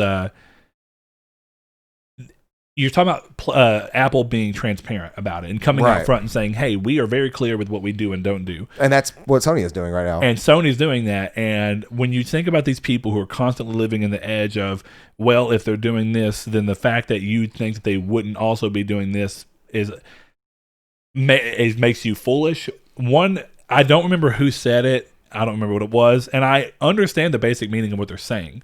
But one of the things about being transparent is it has the equal and opposite reaction of making certain people trust you more because you're being transparent, and then making other people go, suspect you the for fact that something you're else. telling us this makes me scared of what you're not telling us. Yeah. And I heard someone, it might have even been Gideon. I'm not wanting to put that on someone who didn't say it, but I read recently that someone specifically mentioned it. I think it was on Twitter. They said, this makes me worry about the things that they aren't telling us. I get it. And like, that's the thing is that like, I don't fully trust any company. You should never. No. I put my faith in that when I spend money on certain companies, I will get a good experience and I'll get my value out of it. So far, companies do great jobs. They make it on my permanent, I like this company list. They mess up, they get kicked off that list for a while till good graces come back. So there's a reason to come back. I talked about this last episode. Right now, I'm a big Google fan, not buying Pixel phones. Yep. I still love Google's like architecture because it works. It works well. And it works arguably the best out of every other thing there is.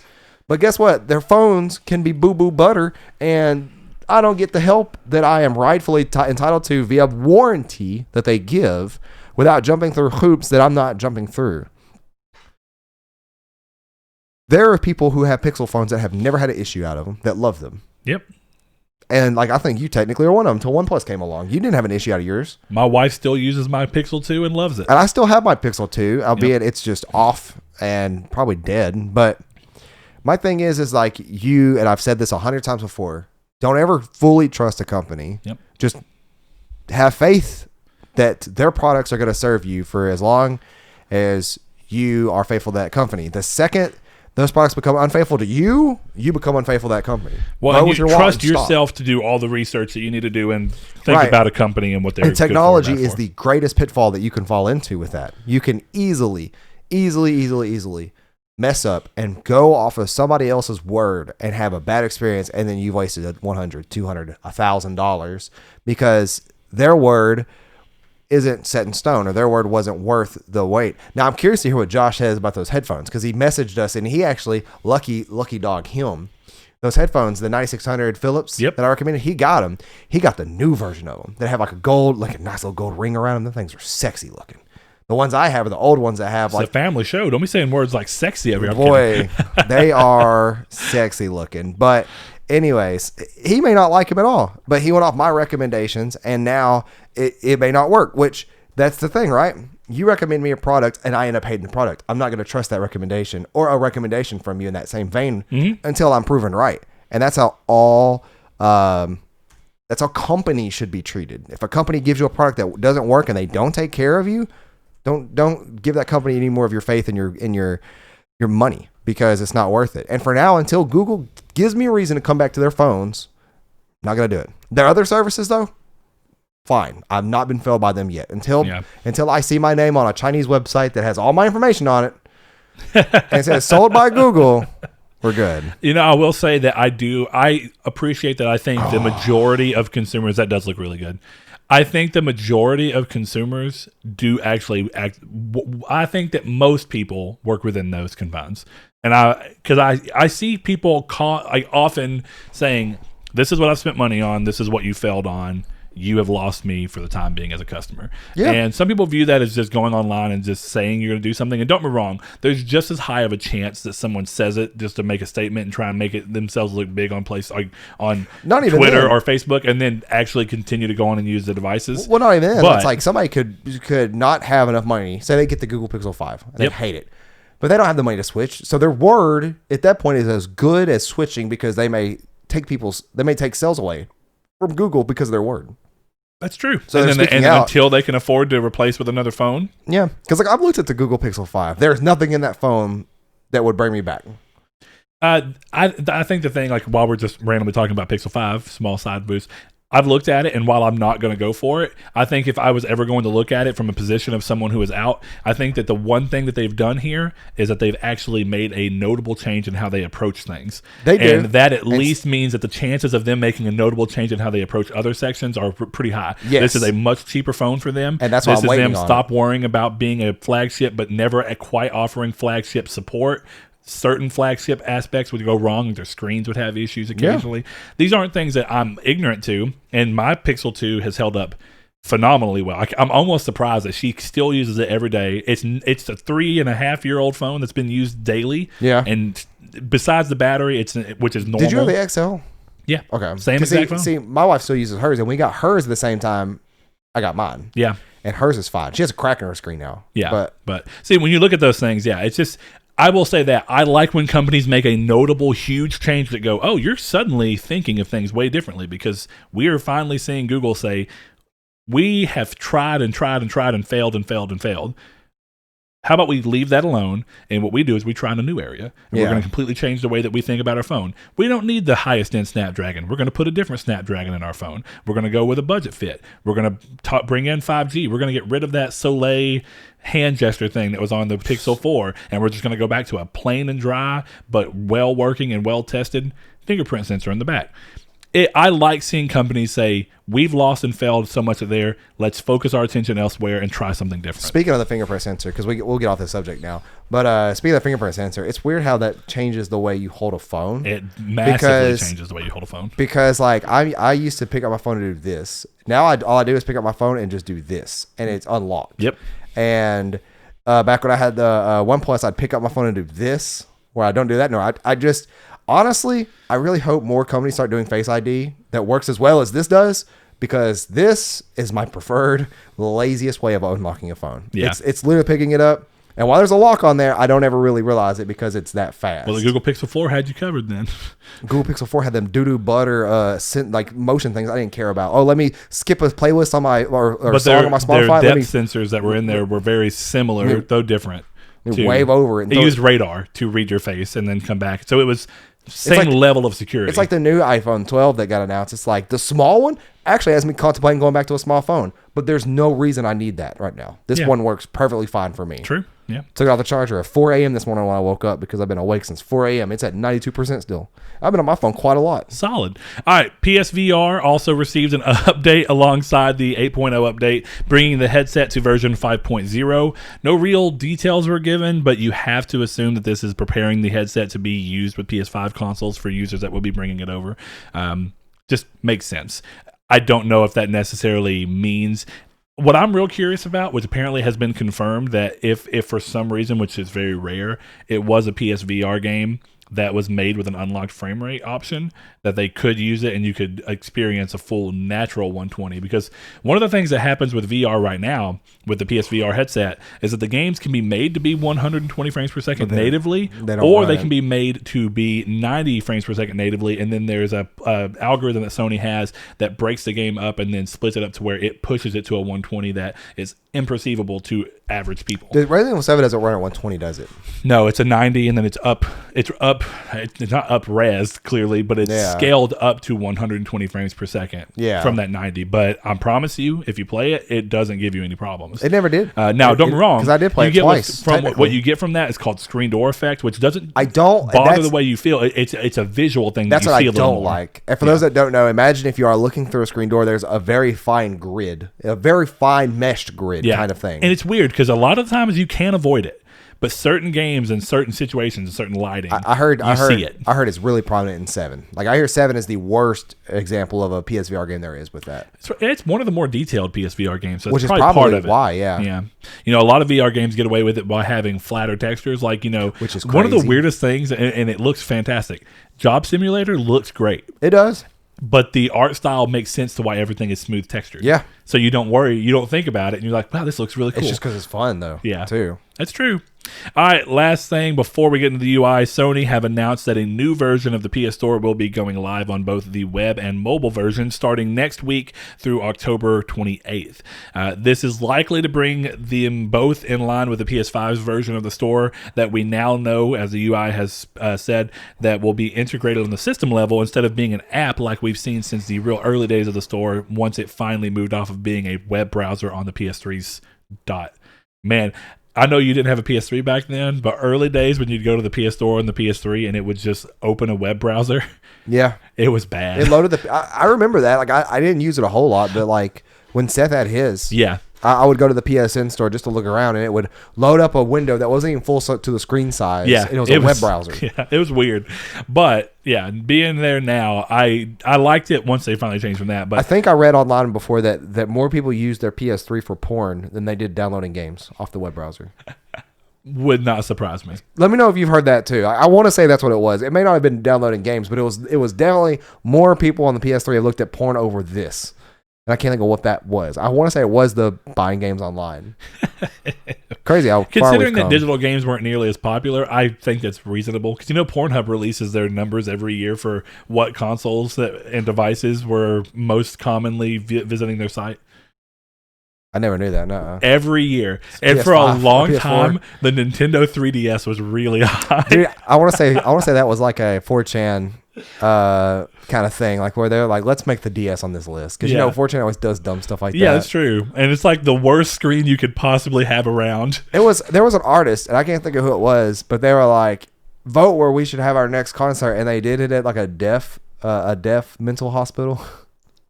What? That's so like it was maybe like Taylor Swift is an example. I don't remember who it was, but it was like so 4chan decided they like posted it on 4chan and they're like, let's go vote and make this one, which is like a hospital for the deaf, and that's where this next concert would be.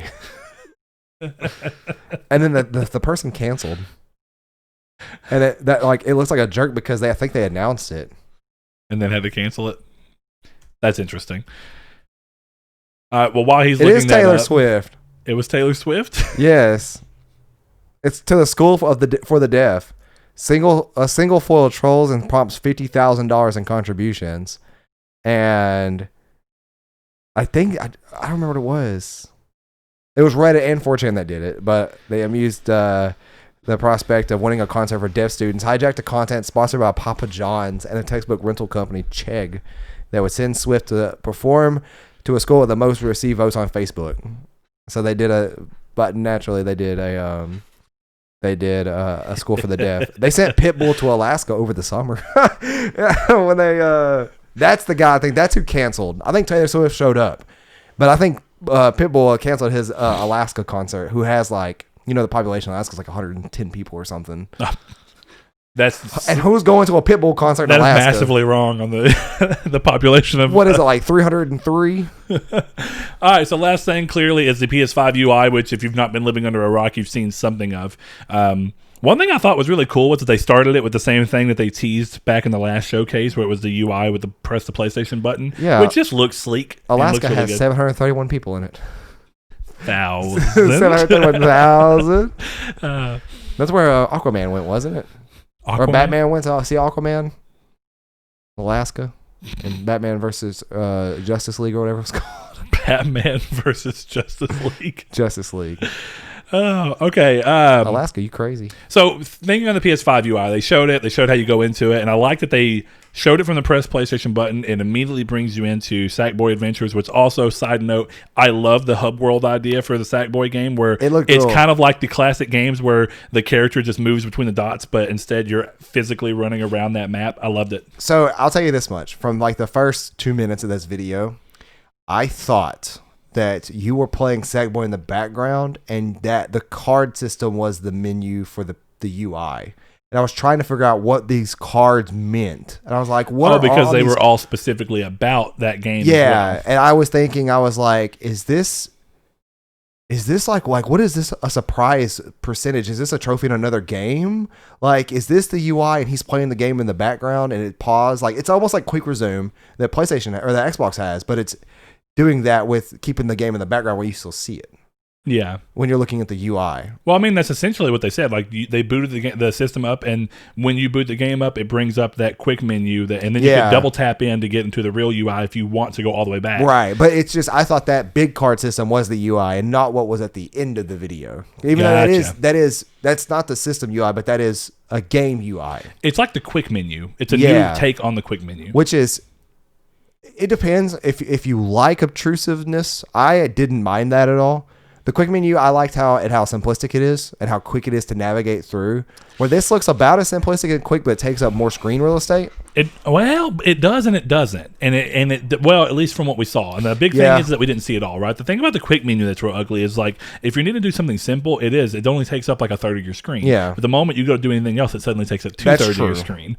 And then the other thing I don't really care for about with the quick menu, it's perfectly fine. I don't have any huge complaints about the quick menu, but it's not as simple to just go into something as you'd wish. Like, and then when you go into a lot of the things, for a long time, you could go into the party part of the quick menu, right? But you couldn't view the party, leave the party, or anything like that. So it was like, why is it even here? All you can see is who's in it. You can't go and invite people. If you click invite, it doesn't happen there. It takes you out of the game to the party screen and then does everything there. They've worked on that, but I like the idea of always having the game kind of in the background still being there because you can see, you can still see what's going on. You kind of have an idea. And then to me, this looks less obtrusive than the quick menu because there's a level of, it goes from being opaque to being all the way through, and you can see the game, and then the cards and everything on the bottom. It takes up much less of the screen for the same basic bits of information, and it looked like the quick menu at least day one, because the quick menu was not there on PS4 day one. That was like 5 years ago. It was later, yeah. It was probably like a year into the systems, and then they've continued to expand it. But I like that it takes up the bottom third and never anymore, it looks like. Well, and see, that's what I like about the main UI when you're on the home screen. It is much smaller than the crossbar we have now, but then you have all kinds of cool information. See, this is what I was saying. I wish it just wasn't there. Yeah. I just wish that was blank space, which is when you have the store selected, you can see games in the store. Yeah. But I have a remark to that, but go ahead. On the store, one of the things they were very specific to say is that the store is no longer an app. It's something that's built into the system UI. Yeah. Now, one of the things I hope for with that is that means that you get system UI level control over the app. And that means that in the system settings, you can say, what do I and do I not want to see from the store? On the home screen, do I want to hide that information and have it where I don't see anything until I'm in the store? Yeah. Or do I want the store to give me preview information before I'm in there? Or you know what I would love? Yeah. I would love so much if they had a wish list. And you can add games to the wish list, and when they're on sale, that's what pops up. That's where they pop up? Yeah, see, that level of control would be fantastic. And technically, now that it's on the system level and it can be something that goes through, that is possible. Yeah. Whether or not they actually do it becomes a whole other ball game. But the other thing is that this is a starting point. And one of the great things about UI, and to me, PlayStation's UI, one of the things I really like from PlayStation is that they do a UI, and then they only evolve that single UI. Microsoft has been known for a long time, and some people like this, to do a UI until they feel like they've come up with an entirely new UI that serves everyone better, whether or not it actually does. But they'll go through and completely change the system. And it was a huge thing for them on the 360. They changed their UI like 6 times by the end of that generation. And I think right now on the Xbox One, we're at their 4th change. Sounds about right. 3rd or 4th. Yeah, so I like that PlayStation goes, this is the UI that we're committing to, and I think that means more upfront. I think more is thought of upfront from PlayStation with their UI, and then it continues to evolve in new ways, like the quick menu, where it's like, well, do we really have to have people completely leave the game screen to do something real quick? No, we don't have to. Okay, how do we do that? We bring up a bar at the side that looks kind of like you're taking this menu and just turning it up on the side. All right, that's great. You know what's weird? What's that? One of the games they showed in this is Destruction All-Stars. Yep. Which is Twisted Metal. Yep. It's very weird. But it's Fortnite Twisted Metal. It is Fortnite Twisted Metal. I don't mean anything bad by that, but clearly it's like, what if you took the idea of Twisted Metal and made it not so dark and mature, but made it kind of fun and neon color poppy kind of thing. And with a bunch of skins that you change out and earn. So overall, I really like it. Like, I think for me, it's much more minimal, and I like that. I like it being smaller, and I like... One thing I really don't care about with the new system, or the current system, is when you're on your cross menu and you have a game selected and you go down, it does not do this thing that it's doing now. Like, this is giving you information about the game, your trophy progress, how many trophies you've earned and everything, but it's all right here. And it's a good, quick summary, despite, I'm sure that there's more info down that you could still go see. And at the same time, there's still so much space on the screen. Yeah. It's not clustered. It's not claustrophobic. Yeah. It is done almost perfectly. I think that this and the Xbox's new UI are really good, like solid steps in the right direction. I have not watched Xboxes, and I do. So while I'm aware that it exists, I do want to watch theirs. But while we're talking about PlayStations in particular here, I like the idea of keeping something that's very similar to the PlayStation 4's cross. It's technically not the cross media bar, but it is. It is an evolution. It's just smaller. But what I like, I'm saying the PS4 technically wasn't called the cross media bar, even though in a lot of ways, I still call it the cross media bar. It's like an evolution of it. I actually think that the PS4 one early days was worse than the PlayStation 3 XMB, but regardless. What I like about what Sony did is that they're like, why take up so much room? Why limit what you can do? Which they've made good ideas with the PS4's UI, right? They thought, well, since we have this idea of a 2-shelf UI, one that moves up and one that moves down, we'll keep the center one and you'll have a different background image, and we can create themes that let you switch to a completely different background image when you go further down or up into your system. Yeah. I like that basic idea. That's cool. But it took them a long time to get there. What I like about this is that day one, they're like, why take up so much room when we don't have to? Let's go ahead and slap these things up here, separate it, leave the center image so that you can have more control. And my hope here is that you have better control over backgrounds and stuff, again, day one than you did for PS4.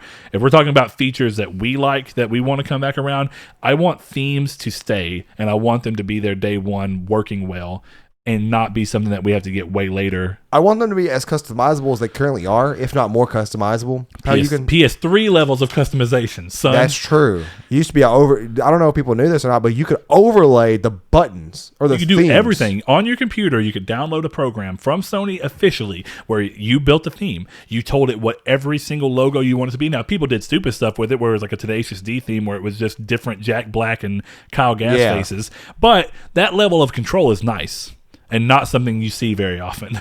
But going a little bit more into it from there, I do like the basic home screen, but thinking more on like the basic design elements of the UI when you're in the game, I'm loving this idea of floating notifications that are interactable, that you don't have to leave to deal with. I love that.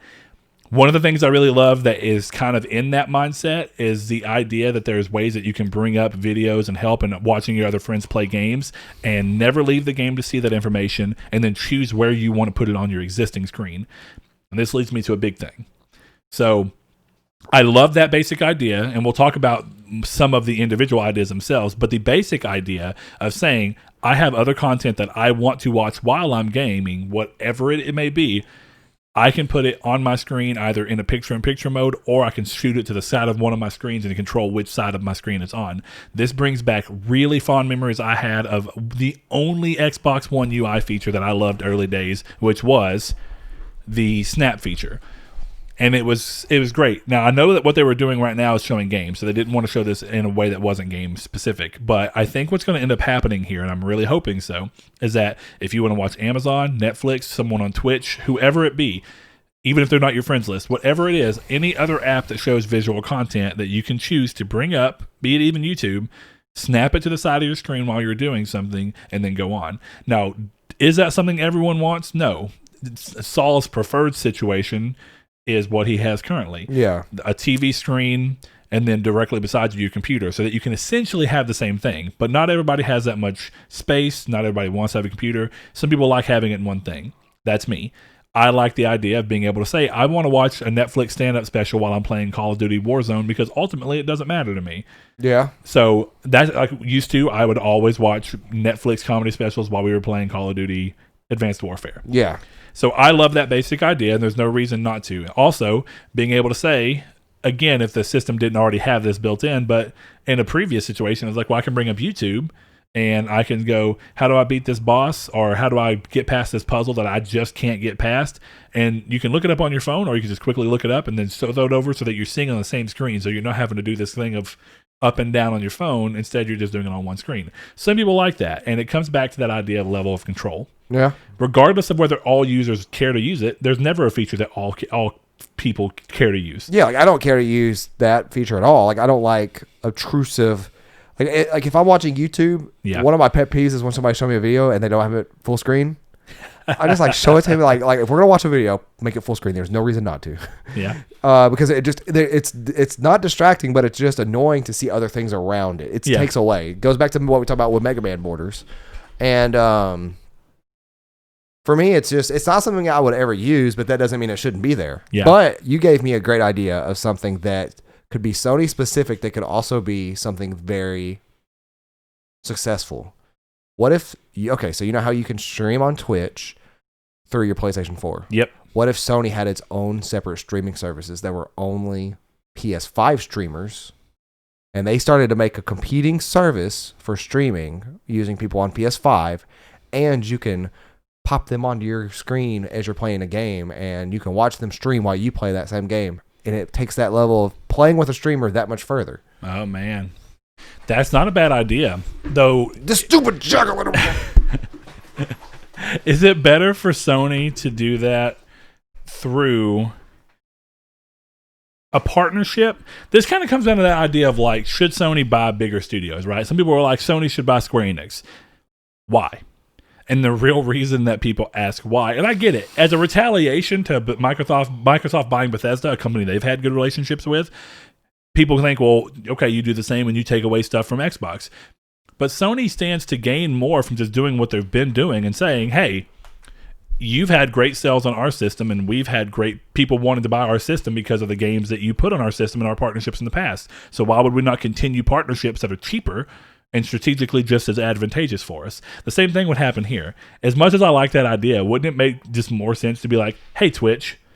It would, but I think at the same time, when you're streaming something, say if you're streaming Call of Duty Cold War Beta, if you're streaming it on Twitch on a PS4, you're automatically at a disadvantage to other people because other people are going to be streaming it. They're going to have higher quality setups than you because they're going to have better cameras they can plug in their computer. Sure. This would make a more unified streaming platform for PS5 users and only PS5 users, and it gives them a reason to make that pinnable video a kind of a cool thing because you don't have to worry about integrating in a Twitch stream and having to worry about having to pin that, because I imagine that'd be way more power to have to pin a current going Twitch stream when it's not baked into their own software already. Maybe. And it could really put people who want to stream. But I'll tell you right now, if you try to stream from PS4, I think I said this last episode, you're at an automatic disadvantage because it's lower quality. You're not going to get the same quality. Your microphone quality is not great at all, unless you have a USB microphone, which I don't even know if works with a PS4. It does. But also, big thing here, and this is actually something I think is important. So Sony, of course, took a big step in with the share button and all the ideas of how can we make people be able to do stuff from their console. One of the things I liked about talking during the UI was the confirmation that what you can do is the confirmation that the systems can capture stuff at 4K 60 frames per second. I like that because that means that any device or any program like Twitch would be able to pull and utilize that 4K 60 frames per second pull. Well, you wouldn't be able to stream that. But you don't stream that no matter what you do right now because that's ridiculous. The bit rate is so hard to do. Yeah. But what it means is that the information that's being fed in before it's getting repopulated out to a different thing is higher quality to begin with. And it's not having to look at what we have on PlayStation right now. If you have a base PlayStation, I think you can only record at 720p. Yeah, and 30 you can frames. only do that at 30 frames. And then 1080p 60 is pro. Even though the game can do it, but 1080p 60 is pro. So when you look at both of those things, it means that you're taking a game and you're already giving a worse version of what it looks like, and then it's being re-encrypted further. Yeah. And that's whenever it goes out. So if you can cut out that middleman and say, from the get-go, we're giving you the highest possible that we can give you, now you're going to go and you're going to encrypt that, especially because the bit rate's coming from Sony's own systems. If they incorporated their own network for that, then it could be even better. So that's a cool idea. I do like that, though. I mean, because Xbox has Mixer. Yeah. Well, not now. It got closed. Well, yeah. Not surprised with that. Oh, you didn't know that? Had Mixer. Oh, I think I heard that, and maybe I forgot because I just didn't care. But that's a whole other conversation that we're going to get into it real quick because I think it's interesting more than anything. I don't know if you're aware of this. So, I had a Zune, and I love the Zune. Yes. All right. Do you want to know exactly the arc of what the Zune did and where the Zune ended up? We've talked about this on the show before. Have we? Yes. I know I've talked about it with Blake and Chris, but this was a realization recently that the arc that happened, did I tell you about Zune? It was called Zune Music Pass. Uh-huh. For some reason, I'm sorry then. I'm wasting y'all's time. I thought we had this. Maybe it was that day we went to Chipotle and we were talking about the Zune, but I'm 90% sure we talked about it on the show not too long ago. But hey, if I didn't, the one nugget I really want you to take away from this is that It was called Zune Music Pass, and we're right now seeing Xbox Game Pass, and it was a failure, even though it was a fantastic idea. But more importantly... It was ahead of its time, just like the Vita. It was ahead of its time, just like the Vita. But more importantly, the thing that I really want you to take away from this is that one of the features from the Zune, and this is just so funny, was that you could send music to other people that had Zunes, and it was called squirting. Okay, maybe we didn't talk about that. We talked about the Music Pass.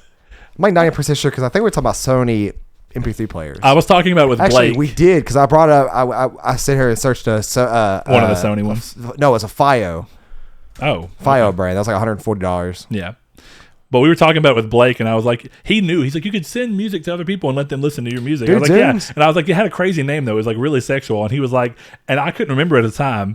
And then he's like, oh, I just squirted some music over to you. I was like, I'm not even joking. That's exactly what it was called. He's like, you're lying. And I had to get him to look it up. But no, that's what it was called. You could squirt music to your friends. Oh, man. And video. But no, I just thought that was an interesting story for the way that Microsoft goes. Because the weird thing about Microsoft is that they are infamous for going all into a market, doing way too much, way too quick, and then just bouncing from that market. They've been better about that lately, but Mixer kind of proved that. Mixer's another example. Yeah. Mixer, though, I think Mixer from the get-go was doomed to fail.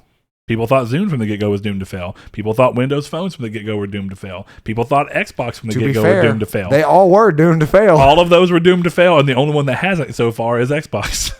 Well... Mixer came out of time with the iPod, where iPod was the name. That's why they failed. Mixer Zune, you mean? Yeah. Yeah, my bad. Mixer came out at a time when Twitch was a thing, and that failed because of Twitch. Xbox Windows came out when PS2 was a thing. Literally, the Droid was out. Yeah. But, well, you're talking about, though, I would consider those markets to be vastly different. I mean... MP3 player market's different than a console market. Oh, it is. But I'm just saying that all of those markets had a clear market leader. Yeah, but when they introduced But you have games. Games keep people on console platforms. That is true. So why exclusive music for the Zune only. Why do people still play Xbox? The next Metallica album will be only on Zune. That'd have been a ballsy move. But I'm not. Wait, that happened, didn't it? No, it didn't. No, you could only buy the new Metallica album at like Target, couldn't you? Oh, probably at a retailer, but that's only physical.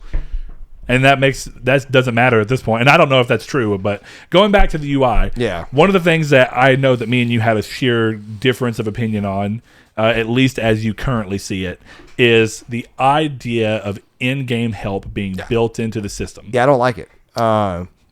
Please give your argument against it. Just because I feel like going in system to go find that answer, I can't see how it would be done better than just going to Google and finding it. But at the same time, because you brought up when we talked about this getting spoiled by something, because you go to Google and type it in, you shouldn't be looking up a guide the first time you play a game anyways. I agree with that. And I know that was a big point of our initial conversation. The whole thing, just this whole nature of this goes against anything I do when I'm playing a video game. I don't look up stuff on my first time unless I'm legitimately stuck for an hour at end or something. And even then, I don't look. It's not going to go look it up as my thing. It's to quit playing the game. But like I don't like this feature solely because I, as a kid, used to look through strategy guides. When I beat Legend of Zelda, I would go through Ocarina of Time's strategy guide over and over and over again, just reading it like a book, like a just going through looking at the art and going through looking at items that I never found and seeing where to find them. That to me seems like it's way, like having it there is much more fun. Neki Jakey did a good video on this about how like Rockstar includes maps with all their games, but you never are forced to use the map. Yeah, sure. It would be super cool for a Rockstar game to have like a treasure thing on their map that when you get the game and you look at the map, you have to use that map to go find a treasure in the game. Yeah. Eventually it'll get solved and it'll be put online, but it'd be cool that if it started from that. And I think even if nothing else, right? Because I think forced is a weird word, but I think if nothing else, if they had a secret that was on the map and a part in the game where you could utilize the map, it'd be a cool added bonus. There was in I do remember him talking about that. That would be in really Grand Theft cool. Auto 3. You were forced to use the map in a certain mission because it was like Grand Theft Auto 4 because you had to go find a car as part of that stupid. I hate Grand Theft Auto 4. It's that stupid thing like we had to go find cars for that one guy, and you could only go find a car. Like he'd text you the address, so then you pull up the map to go find it on the map because the in-game map didn't have addresses or names of streets. Oh, so like you could actually do it that way, which is cool, dude. Using physical stuff like that in outside of games is super cool. Which I guess is why, like, that leads into strategy guides, which strategy guides for me leads into that. Like, it just seems like it's a feature I would never use, and therefore, like, I just don't see a purpose in it. Yeah. But I'm not saying it shouldn't be there. Yeah. I just noticed that you were great quick. And, me too. I think the difference for me on here was that when I saw it, I was like, it's not something I have any intention of using because I don't play games that way. It's just not something I've ever really done. But when you look at the basic idea, oh boy, off-camera shenanigans. But if you look at the basic idea, I understand that a lot of people, it comes down to this idea of, and there's so many words I hate using because they get used so much that they almost just sound like a mockery. But this idea that people put on gatekeeping people from gaming. And now clearly that's impossible at this level because even if you don't do it on the console level, they can go do it anywhere else they want. If you have a game. What's your example?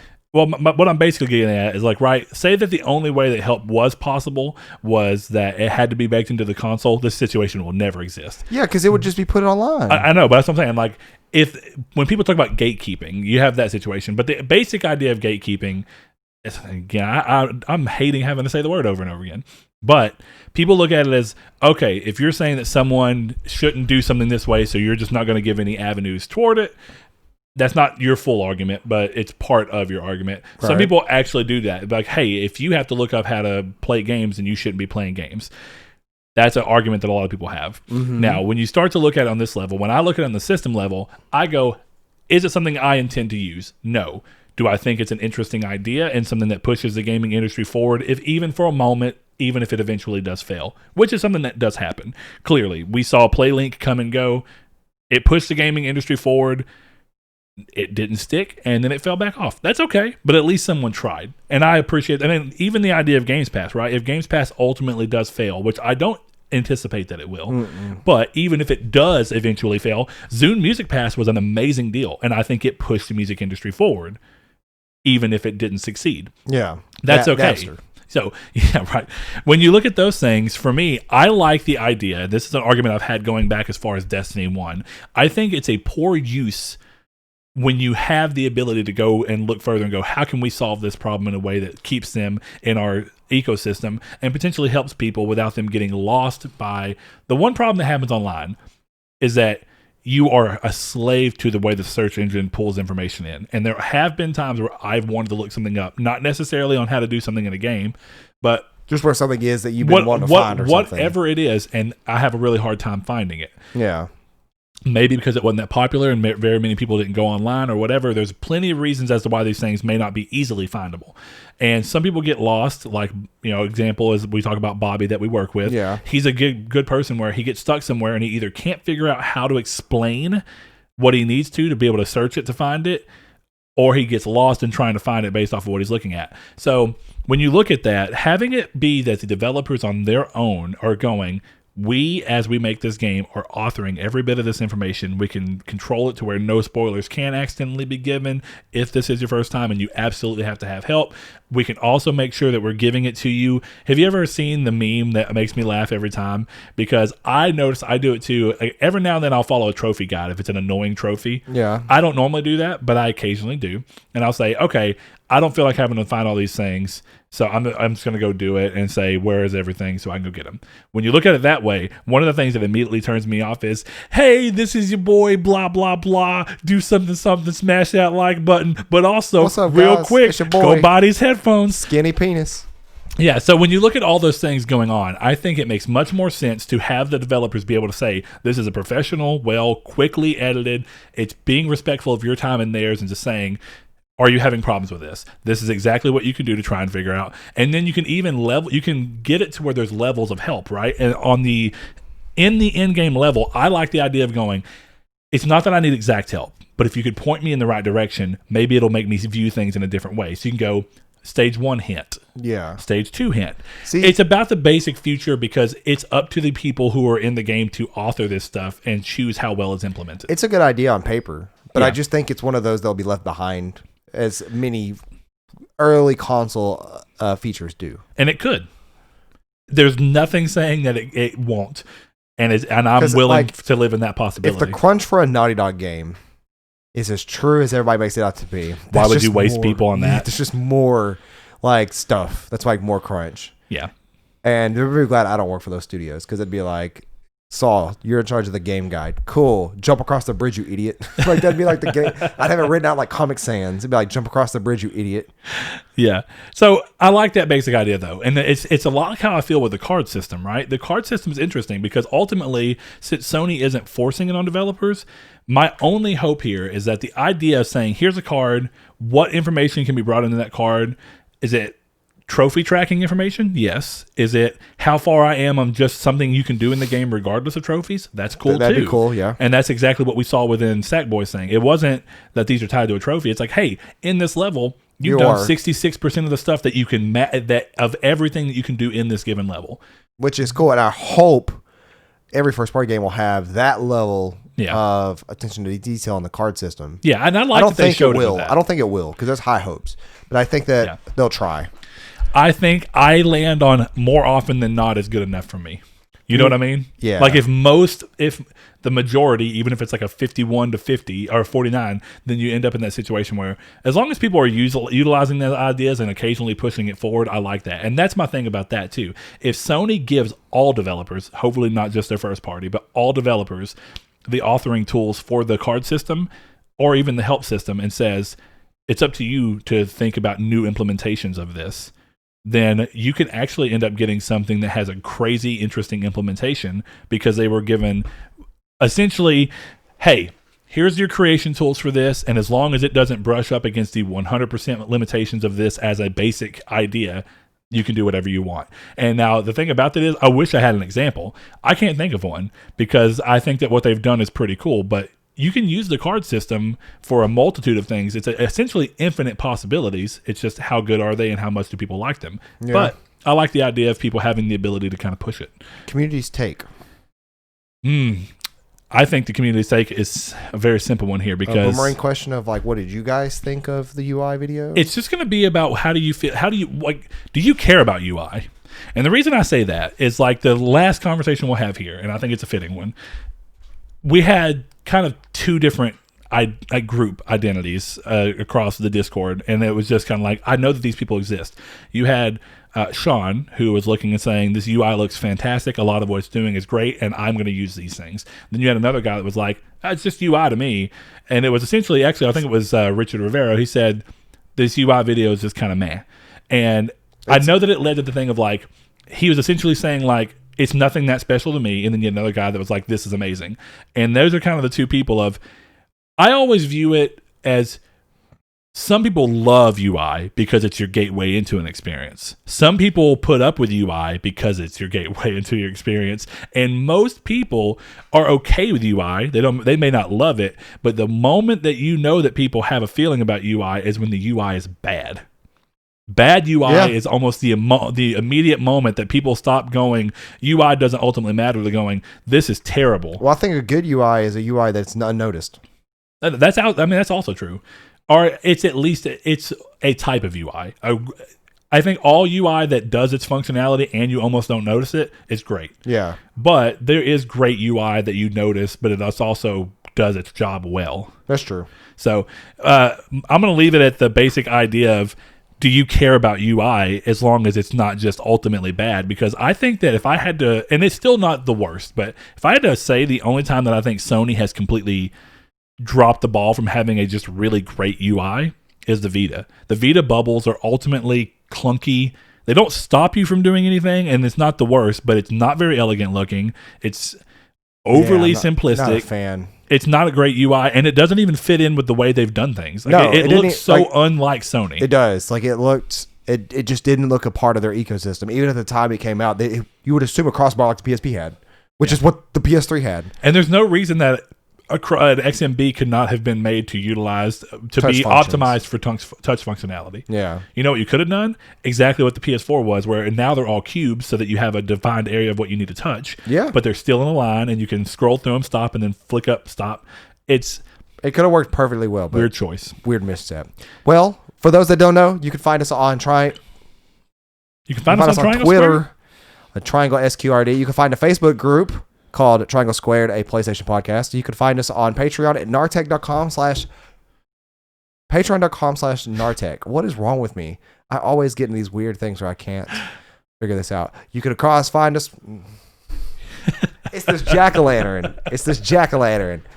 You can find us across all podcast services. If you come across a service that you want to find us on and you haven't yet, let us know, because to our knowledge, we are on majority of them. Shout out to Kyle Grimm for giving us a review, by the way. Yeah, I saw a glowing that. one. Thank you for your kind words, my good buddy. But yeah, if you want to catch us live, we do that once a year when we want to. So I don't know when that will be next. Soon, maybe. But yeah, you can catch our pretty faces in video form over on YouTube every Monday at 10 a.m. Pacific time, noon Central time. And we wanted to appreciate everybody who sits there and leaves a review like Kyle did, who comes to our Discord and chats with us, even though sometimes we're too busy to chat back. We love watching y'all fight in there because it's good drama gossip. It's delicious. And not fight. Healthy arguments. No please, fight. Please don't fight. Duke it out. I'll ban you, but duke it out. Anyways, we appreciate all the love. I'm going to head out of here. I'm going to let Brett leave you with our lovely patron peoples and their names and his lovely voices. Thanks, guys. We'll see y'all next week. Adios, amigos. Thanks to our patrons, Kyle Grimm, Josh Jarrell, Matthew Green, my name is Dan, Luke Bartolomeo, Sean Santarude, Funk Turkey, Danny Villalobos, Corey Hickerson, Blake Popst, Kevin Bacon Bits, Joshua Lago, Eric McAllister, Shadowist, Steven Salazar, The Stoner, Travis Below, Stefan Swanlin, this is his last month, but thank you, Stefan, Constantly Kenny, Solitary Red, Chris Figs, Zachary Sawyer, Landis, Rude Days 93, Brian, Donovan Williams, William Digital Spooker, Derek Porter, Josh Ayers, Brandon Edwards, Sean One Neo, Tyler Powers, El Chabib, Jason Clendenning, Tyler B., and Richard Schaefer. Thank you so much. If you want to support the show with more than just your time, head over to patreon.com/Nartech.